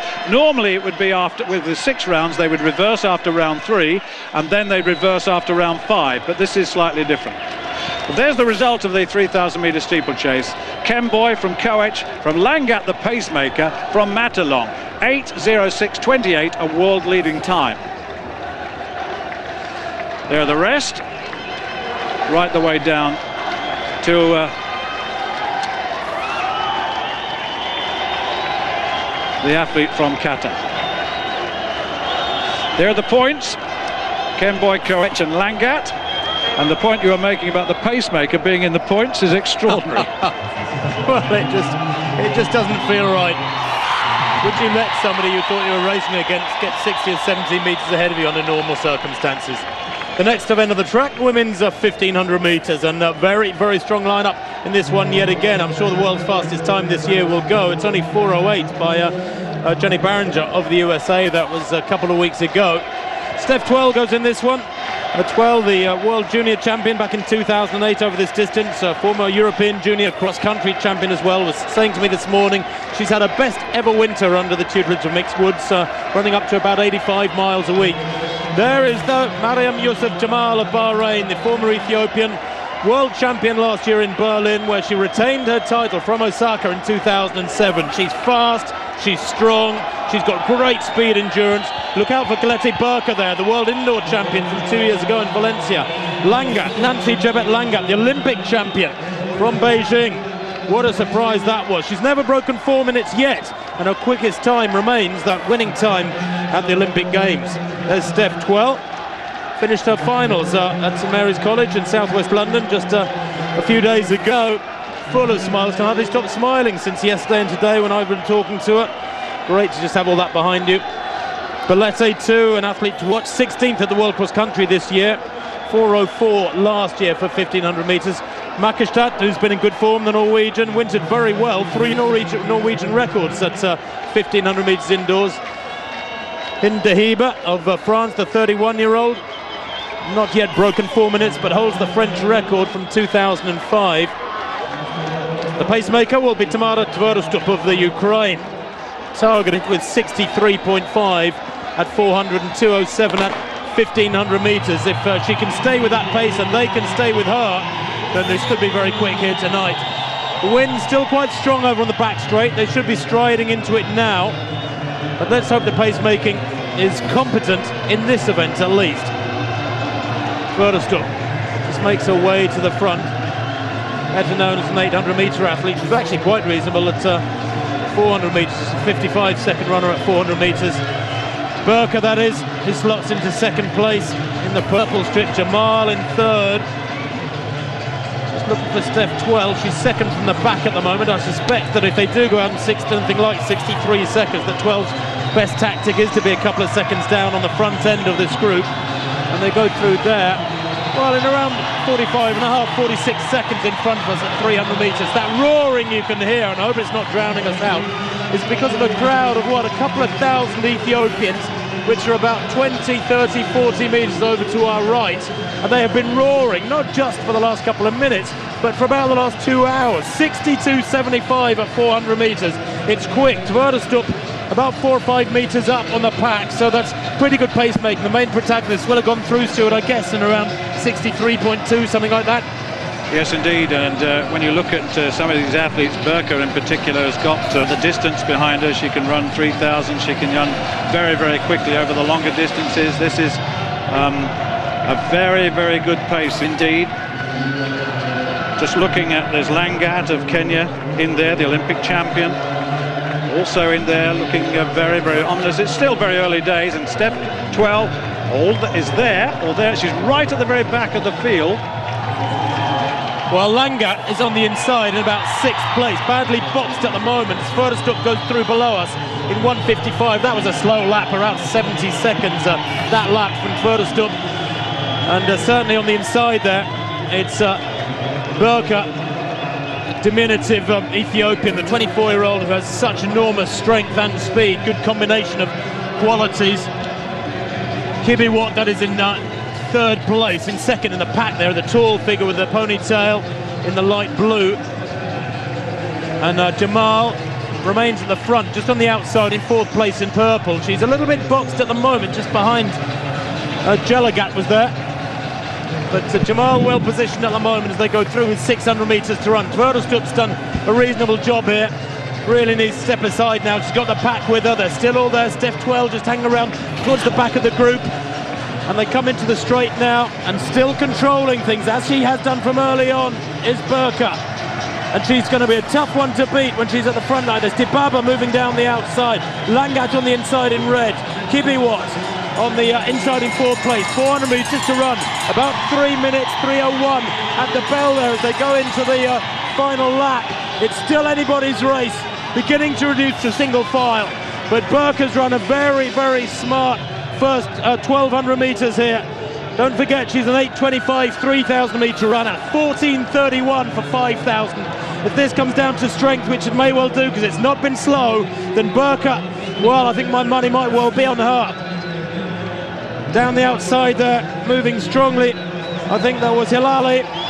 But Burka now kicks again going into the final bend, and it's Langat right behind her, the Olympic champion. Only 2:10 for 800 metres this year from Langat. But they come off the final bend, and it's Burka and Langat who kicked away from the rest of the field. And Jamal, the world champion, having a nightmare. She's back in about 8th or 9th place, some 40 metres down. Forget her. And it's Langat, the Olympic champion, former world junior champion 800 metres, who has the strength to beat Burka there. They're 20 metres up on 3rd place. Great running, and the winning time 4:01.64, the fastest time in the world this year by a big margin. Wonderful stuff. In 3rd place there was Hilali. I think she's broached new ground as well there. We'll wait for those times to come through. But what a smartly run race from Langat. She didn't get too involved in the first half, just hanging around in about 6th or 7th place, and then gradually moved up through the 3rd quarter of the race and onto the shoulder of the leader with 200 to go, and kicked away down the home straight. Textbook middle distance running there from Nancy Chebet Langat, the 28-year-old Kenyan. The Olympic champion kicks off this Diamond League season with a really wonderful piece of tactical running.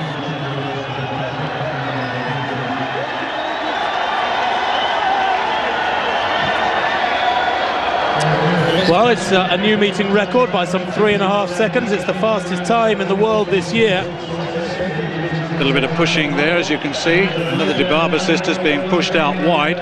The point you made about Jamal, she was really struggling. I didn't expect to see that. I was looking for her down in the pack, and she really struggled. And young Steph 12 found this a very tough encounter, and in fact I didn't see her finish.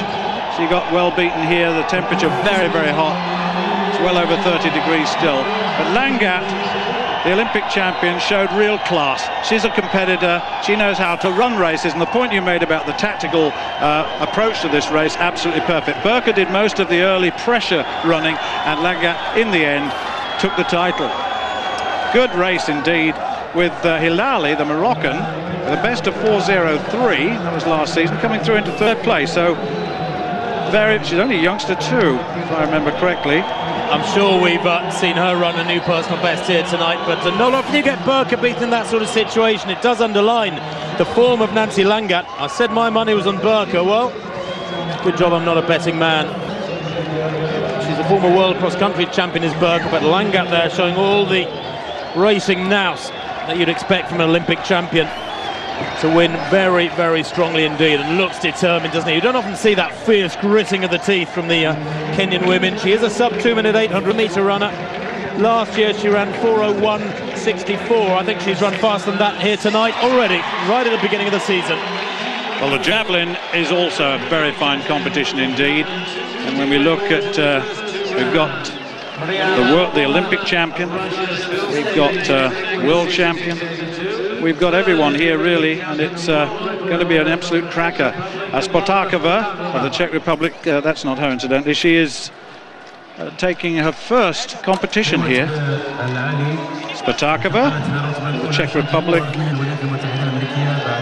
Nereus isn't here incidentally. I may have given Spotakova her championship. Spotakova world champion 2007, but silver medalist in 2009. She was beaten actually by Nereus, just in the warm-up stage at the moment. Confirmation of the winning time for Nancy Langat. In fact, that is, I'm just looking across, and the Kenyan ran 4:01.63 for a world leading time and a meeting record. Second place was oh, in fact, it's been going on for a while. I must admit, we've been sitting here watching these steeplechasers, and the javelin. Let's bring you up to date with what's happening in that at the moment. Spotakova, 65 meters 60, lead by Ratej of Slovenia at 67.16 at the moment. There she is on the right with that purple top. We're just getting the first shots actually of that competition. That's what confused us a little, but certainly the javelin in the 3rd round. So I'm sorry about giving you that false information. And the high jump, is at 1.98 at the moment. This is Ruth Bader. Personal best of 2:02, incidentally. She's gone from the competition. That was her third attempt at 1.98, incidentally. Just looking at the high jump, Vlasic has got 1.98 at her second attempt. So has Shanti Howard. But they're the only two clear at this height, and the rest have gone, incidentally, out of the competition. So it's very, very quickly gone to a conclusion in a way. The men's 100 metres then, next up. There it is, Ray Edwards, Travis Paget, Michael Frater, Saiden Dury, Liron Clark, Asafa Powell, Nesta Carter and Simon Collio. And what a first round it proved to be. We didn't get much out of it except a 9.75 time from Asafa Powell. Edwards drawn on the inside, semi-finalist in the World Championships last year from the United States, best of 10.02, 10.26 on the season incidentally. He's in lane 1. Paget, that's Travis Paget, winner of this event last year in 10 flat in lane number 2. Michael Frater, former world champion.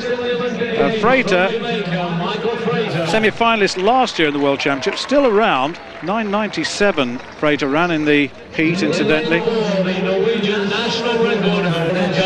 Saiden Dury of Norway, he's next up. Winner here in 2008. Well, Nesta Clark ran well. In fact, coming into this competition, he was top of the competitors in terms of time, 10.09, but of course all that has gone now. This is the start of the real business end. Interesting gloves there. Well, the big man, Asafa Powell, has been found wanting in championships. Let's be quite honest about that. And he's run much better since Usain Bolt has come onto the scene. When the real responsibility has not been with him, then he's begun to perform. One has to say that, because he hasn't done as well as his times suggested he might. But with Usain Bolt now, he's lost his chance, really. Nesta Carter. Well, Nesta Carter's part of the Olympic 4x1 team in Beijing. Simon Collio, 10.06 his personal best outdoors. Got to the quarter-final of the Olympics and didn't get through the heats in the World Championships. So there's the final of the 100 metres. Edwards of the United States in 1. Paget, USA 2. Frater, Jamaica 3. Saiden Dury, Norway 4. Clark, Jamaica 5. Powell, Jamaica 6. Carter, Jamaica 7. Collio, Italy in lane 8. The depth of Jamaican sprinting without Usain Bolt. 9.72 is best, but world record 4 times in a period of time did this fella. He's at Collio. We'll have to watch for him in the European Championships this year. So the starter calling him forward.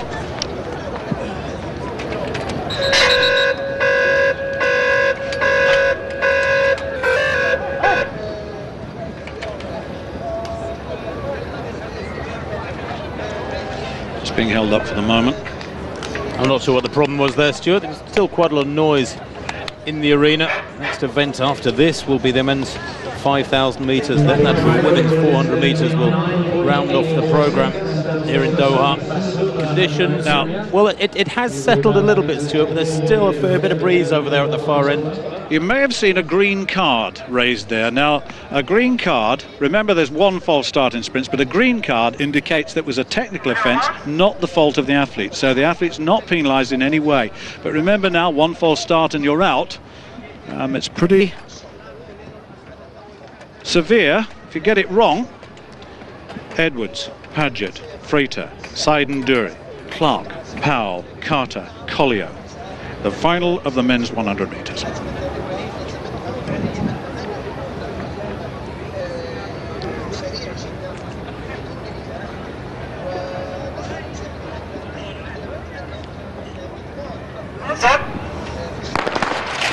Well, certainly Powell didn't get away very well indeed, and outside him, Lerone Clark going very strongly. Here comes Asafa Powell through the middle, and also Paget on the far side. Powell comes through, followed on the near side by Nesta Carter, and the time 9.80, just a little bit slower than he ran in the heat, but plus 2.3 meters per second, which means for newcomers to the sport, that's not there for record purposes. It could be a championship best or a meeting best, but it can't be a record because it's 0.3 of a second above what is allowable for record purposes, and that's the situation that Asafa Powell has just recognised. He didn't get away well, Tim, here. He lost the time on the start, very poorly away. I don't know what was going on in his head, because look, he's even running on the line there. He's outside his lane, he's all over the place. Dreadful start from Powell. I guess in these early season races you're entitled to be ironing out the technical glitches, but gosh, he's had glorious weather down there in Jamaica to train under for several months, and you'd thought he might start a bit better than that, especially when it's his second start of the evening. Whether or not he was just a little bit too relaxed, he knew he'd got that sort of feel in the palm of his hand, I'm not sure. There was a sort of nonchalance and a swagger to the way he crossed the line there, and he doesn't look too bothered, but technically I suspect his coach will have a little word with him about that one. Well, there is a laid-back approach with the Jamaicans. They'll be hearing, I was talking to Christina Horogu, who's been over in Jamaica, says that they train very hard, but it's a much more relaxed approach. But let's have another look at this. Look how he's left, absolutely left for dead by Lerone Clark, of the other Jamaican, and inside him the small diminutive figure. And the second lane there, Travis Paget of the United States comes through very strongly. On the near side, Nesta Carter as well. So I think they were the three. But no doubt about the winner in the end, but that was a struggle. You can go out of your lane, but you can't interfere with the athlete next to you. You can't go out of your lane on a bend if it's the inside, but on the straightaway they don't worry about it, and nor should they. Easing through the finish. Collio, the Italian, pulling up injured. Let's hope it was just cramp very early on there, only about 20 metres into the race. You can't see him in these shots, but he was over in lane 8, and maybe the heat here, the extreme heat, I have to say, getting to him. It's not got any indications, but it feels like about 30, 32 degrees at the moment, even with a slight breeze. Just looking on results sheets, I can't see a temperature, but believe me, very, very hot and very humid too here in Doha. Back to this high jump competition, and well, Shanti Howard actually just coming up. We had Vlasic on the screen, but there's her series look. It's a second attempt at 2 meters and 1, Tim. She's cleared 198 on the second attempt. Howard then, bit of a resurgence in her career. Oh no, not tonight though, not on that effort. Second failure there for Howard. Count back, of course, lying in second place, as Stuart said, Vlasic. That second clearance of 198. They are jumping in gusty conditions, no doubt about that. You can't have a stiff wind at one end of the stadium and it not affect performances at the other. Second attempt for Vlasic at 2:01. Now, will this be the season? Many people are wondering where at last she nails that world record. She's the second highest jumper in history, but for 2 or 3 years now, she's looked capable of it, and it's just stayed elusively out of reach. That's world record. Well, I commentated on it, Tim. Konstantinova all those years ago, 2:09, and this young woman has attempted 2:10 on many occasions this season. She's got a best outdoors, a national record, of course, at 2 meters and 8.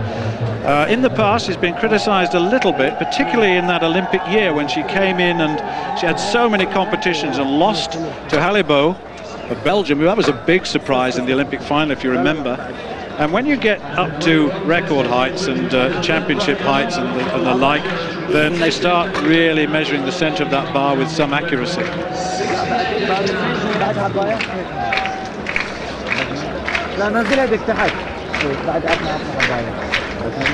Well, she's having to wait patiently. At least there's no issues around cooling down and stiffening up in these temperatures. She's rehearsing the approach. You can see her eyes when she looks, she bends over, that's the turn. She goes on the arc, leans away, the inside knee will drive up, and then the arch of the back will clear, and then those legs have to be thrown away. It's an event called the Fosbury Flop.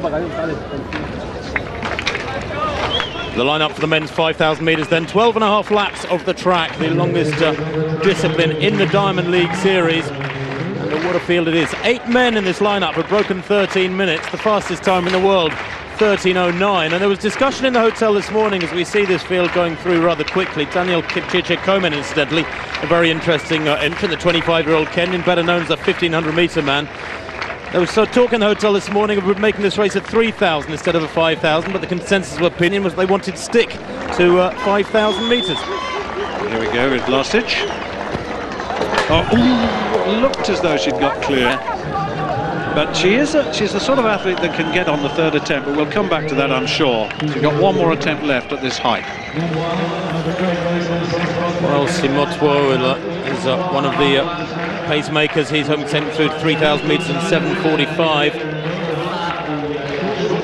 Joseph Buja. Well, this man, the world cross-country champion from Bydgoszcz in Poland, back in March. And he ran 12:51 in Brussels 3 years ago, so not an athlete to be sniffed at.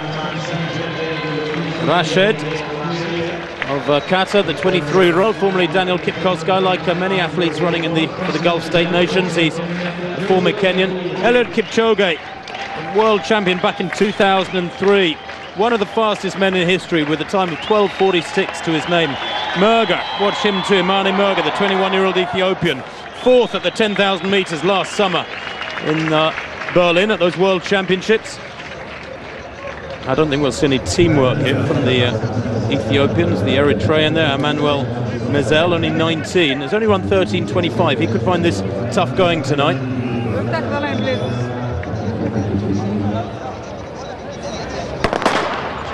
Well, away they go. World leads, I said 13:09. That's by Josephat Dambiri in Japan, actually, on the 3rd of this month, just 10 days or so ago. So they're looking to be lapping here on around 62 seconds per lap. That would take them through 3,745. My feeling is it's quite a tall order at this early stage of the season, but we'll have to wait and see. So Blanka Vlasic very quickly out to take her third attempt at 2:01. She's won the competition, and all that because of the number of failures. Shaunti Howard took 3 attempts at 1:94. They both had a second attempt success at 1:98. But that little hiccup for Shaunti Howard at 1:94 has lost her second place.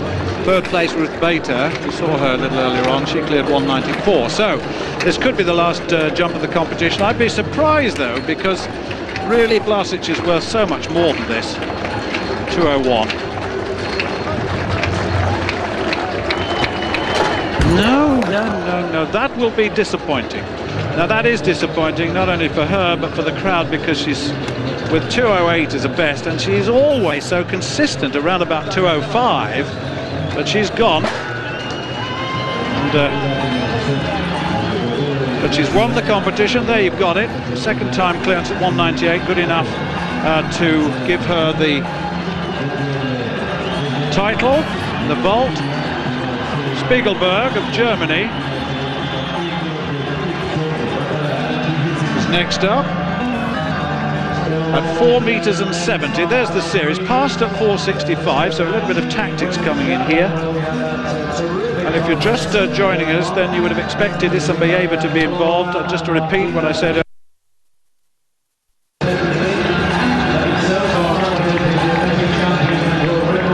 Back to this 5,000 metres, then Kipchoge in third place behind the two pacemakers, Bergen and Simotwo.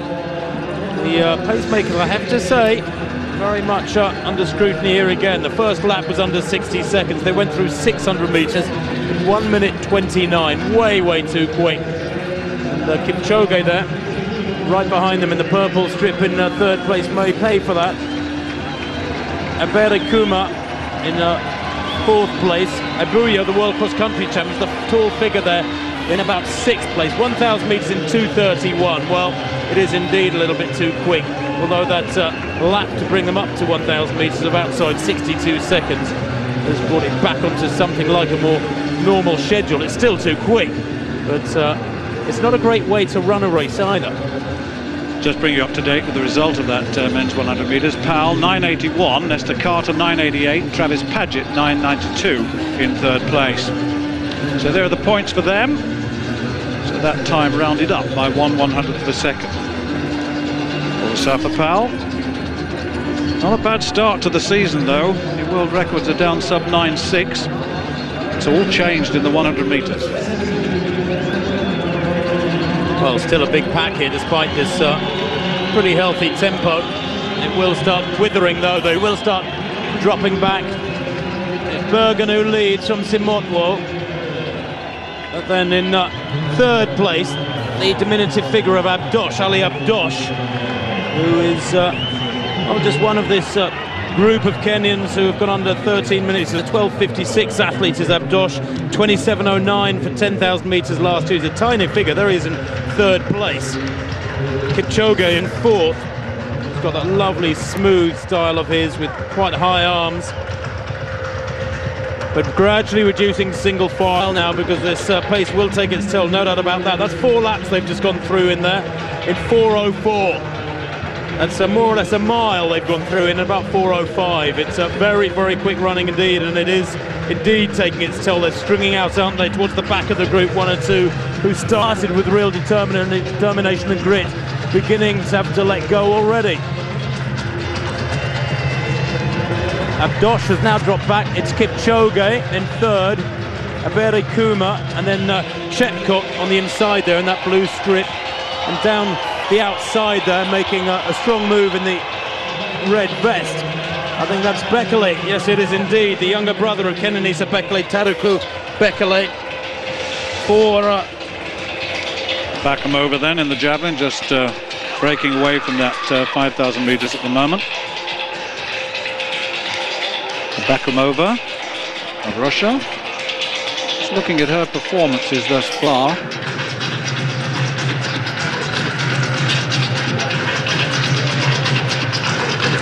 Not making an impact on the competition thus far.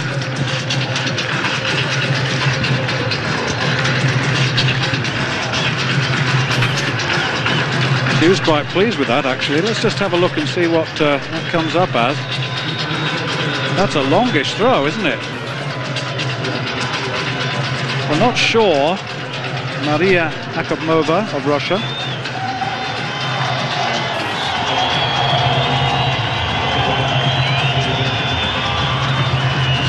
That's a big throw. I'll bring you up to date with that in a moment. A very big throw indeed.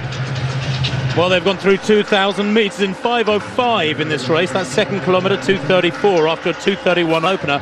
Interesting athlete to watch here is Daniel Kipchirchir Komen, who's in about 5th place. He's just moving through as Komen as they go through with 6 laps gone. Down the back straight, it's now Simotwo who leads. Kipchoge in 2nd place. Taruku Bekele, the younger brother of Kenenisa Bekele, who is rapidly becoming the greatest distance runner ever. I think that title is still held by one Haile Gebrselassie, but he's not far behind. He does, of course, hold the world records at 5,000 and 10,000. And it's tough being the younger brother of a world record holder, but he's making a pretty decent job of creating a name for himself, is Taruku Bekele. He's in third there in that orange vest. 6 laps to go now as they come down below us, and we're down to 10 men easing away, and it's still a healthy tempo. Well, whilst you just take a break from that, Gerald in the triple jump next. Just looking back at this.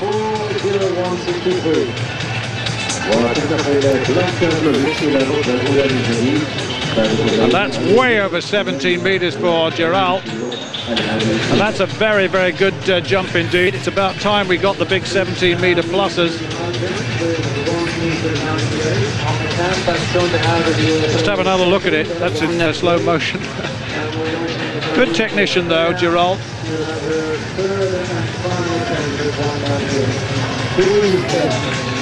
Lovely hang at the end.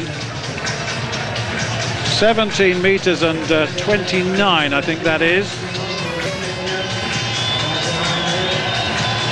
17:29.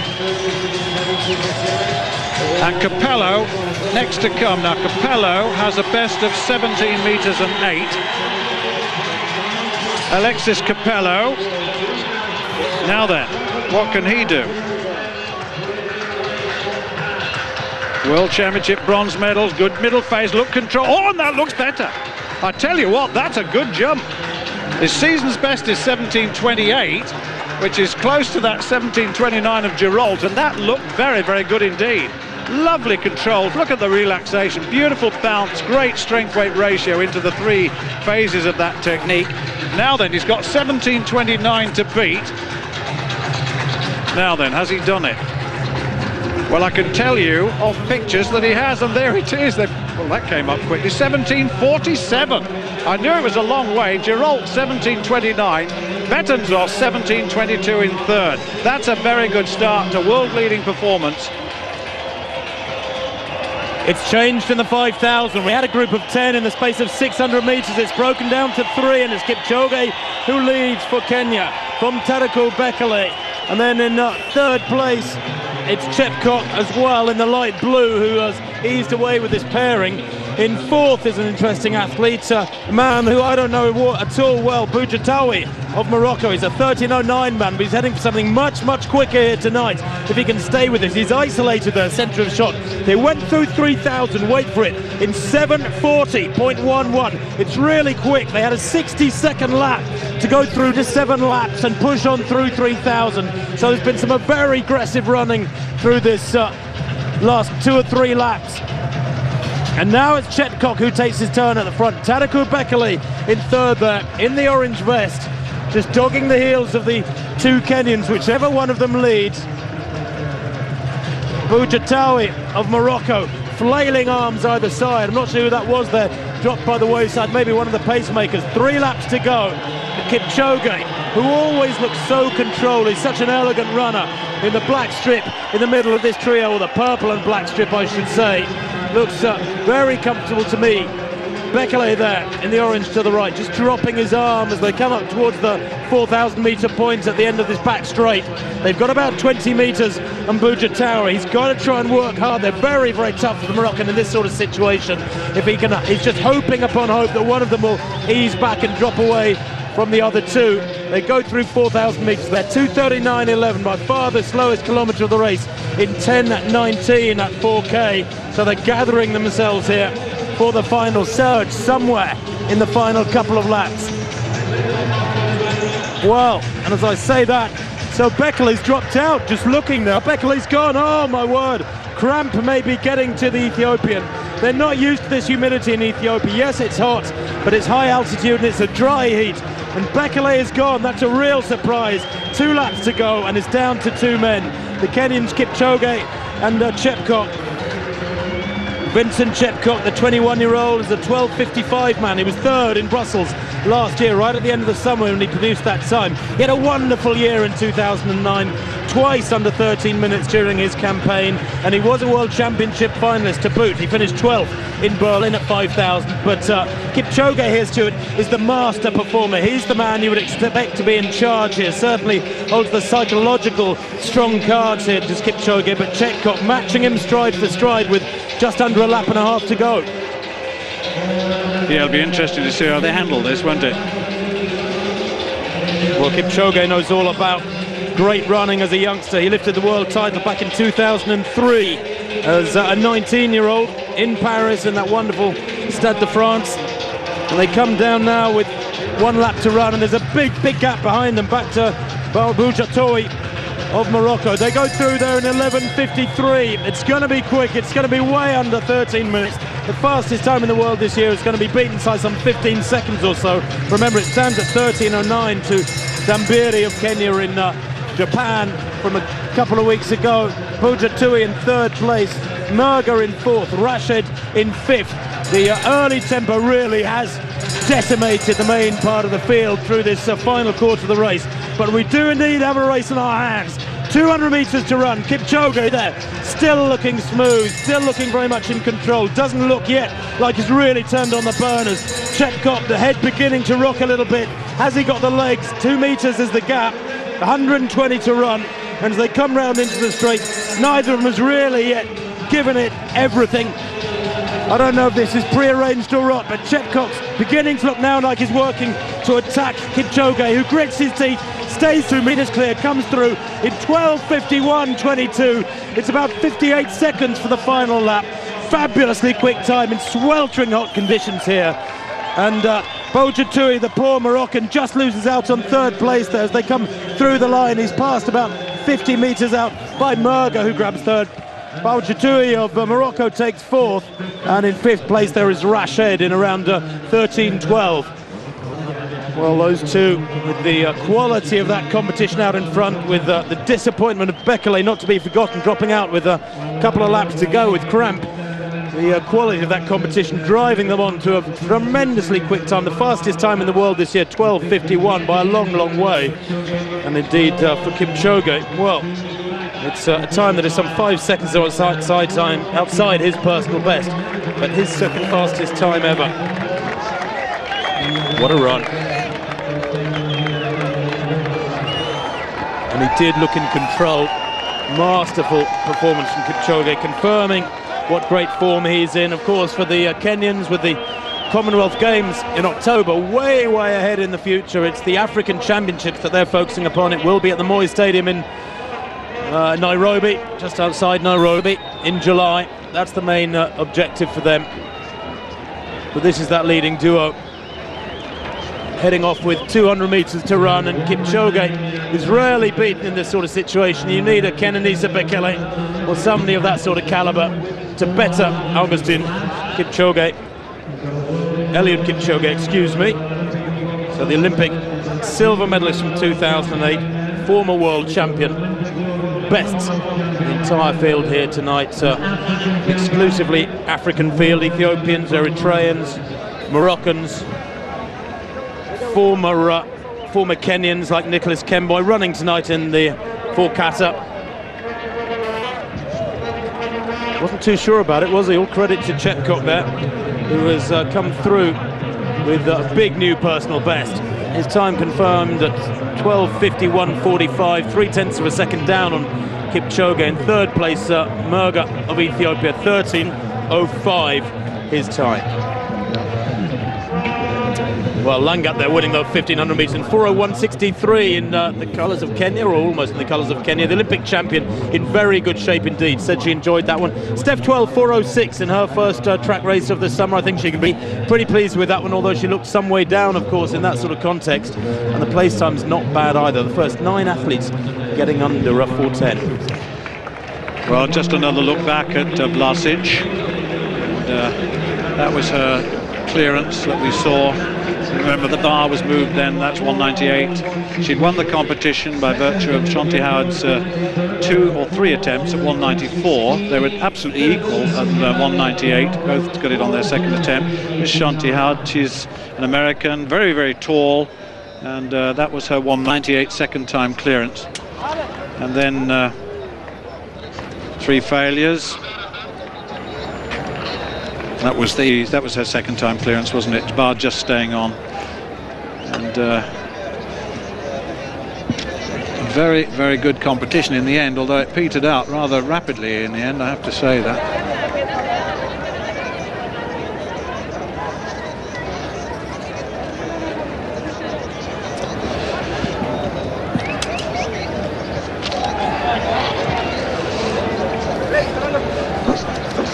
Well, the javelin competition, absolutely exhilarating, and we haven't seen too much of it, but the competition in the end, it was a competition as we expected between the Olympic champion, between Spotakova and Abakumova, who'd had a season's best of 68.31.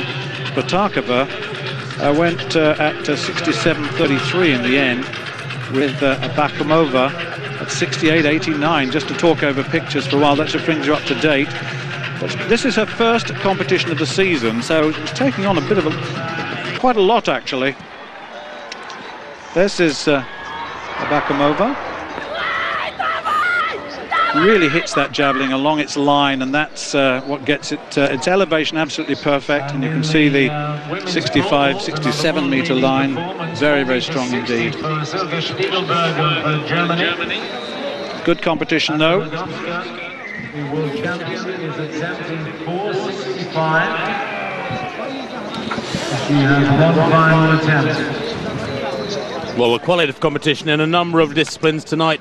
Higher than I expected, I have to admit. Bakumova amongst them, a world-leading performance there from the Russian to beat Spotakova, the world record holder with the Czech 67.33, about a metre and a half down.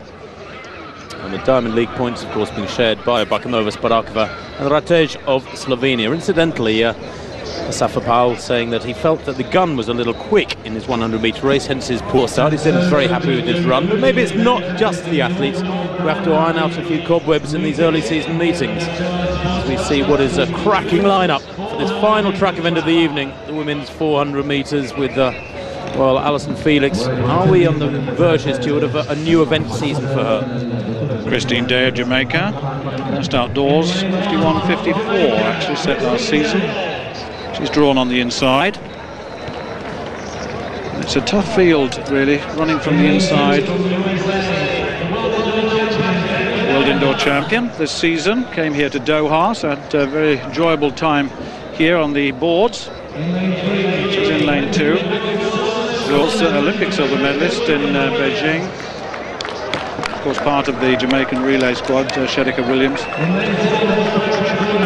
Alison Felix of the United States moves on from here to Manchester for the City Games on Sunday. One of the big names featured in that programme.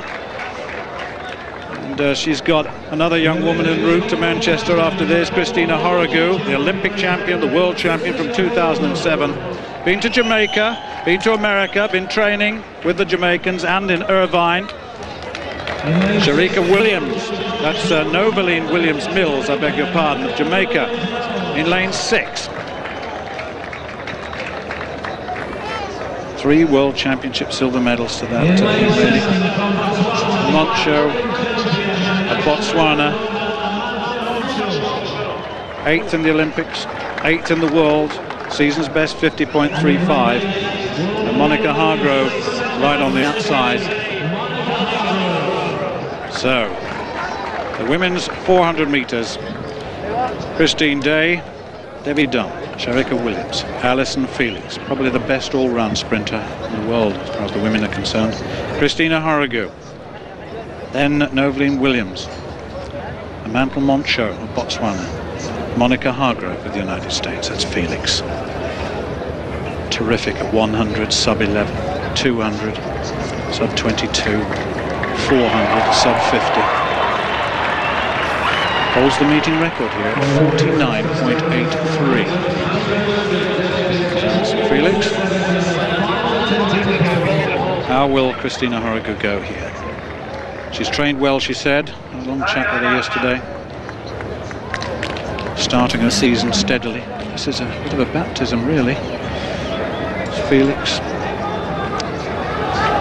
Very much in form at the moment.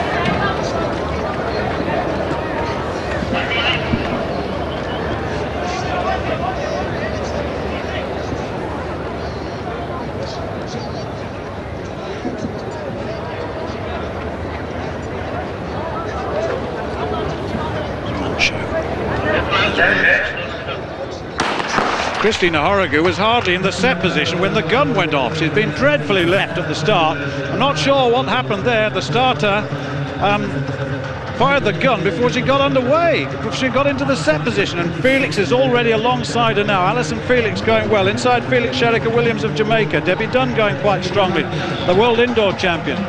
But Felix running very, very strongly indeed. We know that right on the outside in lane 3, Sherika Williams of Jamaica running very, very strongly indeed as they come into the straight. And Felix, a little bit of work to do, but as the bend unwinds, we shall see.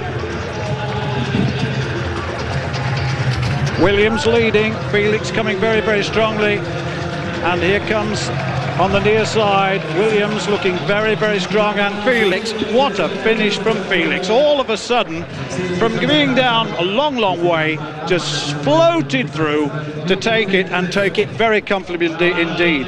Noveline Williams-Mills looked as though she was in a strong position, and then over the last 20, 30 metres, all of a sudden, the 400 metre, 200 metre, 100 metre athlete of some consequence came through. But Christina Horrigu, what on earth happened at the start? If we get a look at the starts, 50.15 world leading time, that was tactically brilliantly done, because she wasn't in it at 300 metres. Now, it was a pity we're not getting the start.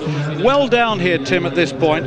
Noveline Williams was running very, very well, wasn't she, from the third lane from the outside, and looked as though she was going to take this, but all of a sudden, as the bend unwound, the rest came through. Christine is way off the pace, and I'm not surprised. Well, Christine left in the blocks there by that early gun, maybe Asafa Powell. There's something in what he was saying earlier on, but Felix here really just glides past them. She's a beautifully light runner, feet kissing the track there, and wins by a couple of metres and going away.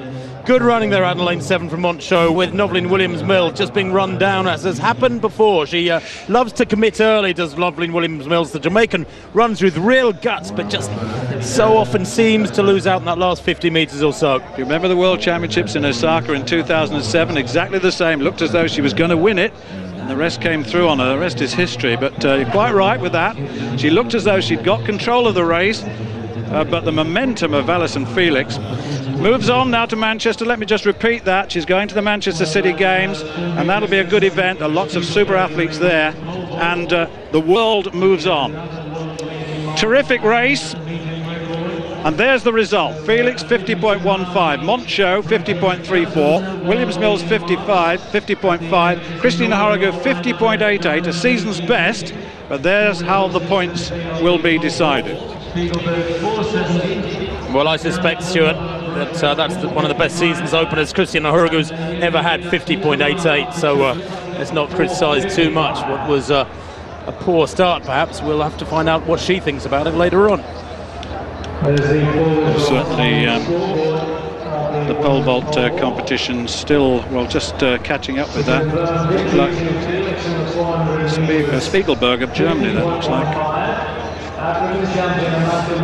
Yes, Spiegelberg of Germany going clear there at 4.70 meters at the third attempt. It's a world-leading performance. It's a new meeting record, and that for Spiegelberg won the competition. Indeed, she had actually won the competition at the previous height, 4.60 meters. Rogowska, the Polish world champion, sharing third place with the second-time glimpse at 4.55. There it is. Fabulous performance from the German Spiegelberg, who might be coming of age this season at last. Congratulations to her, because that's a strong field she's put behind her here tonight.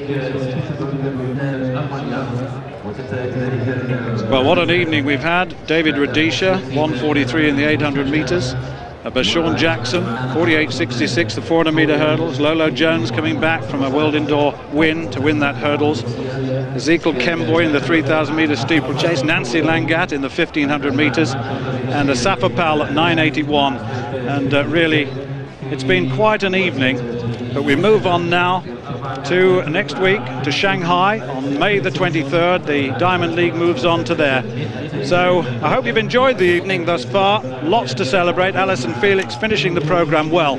From Tim Hutchings and myself, Stuart Story, goodbye.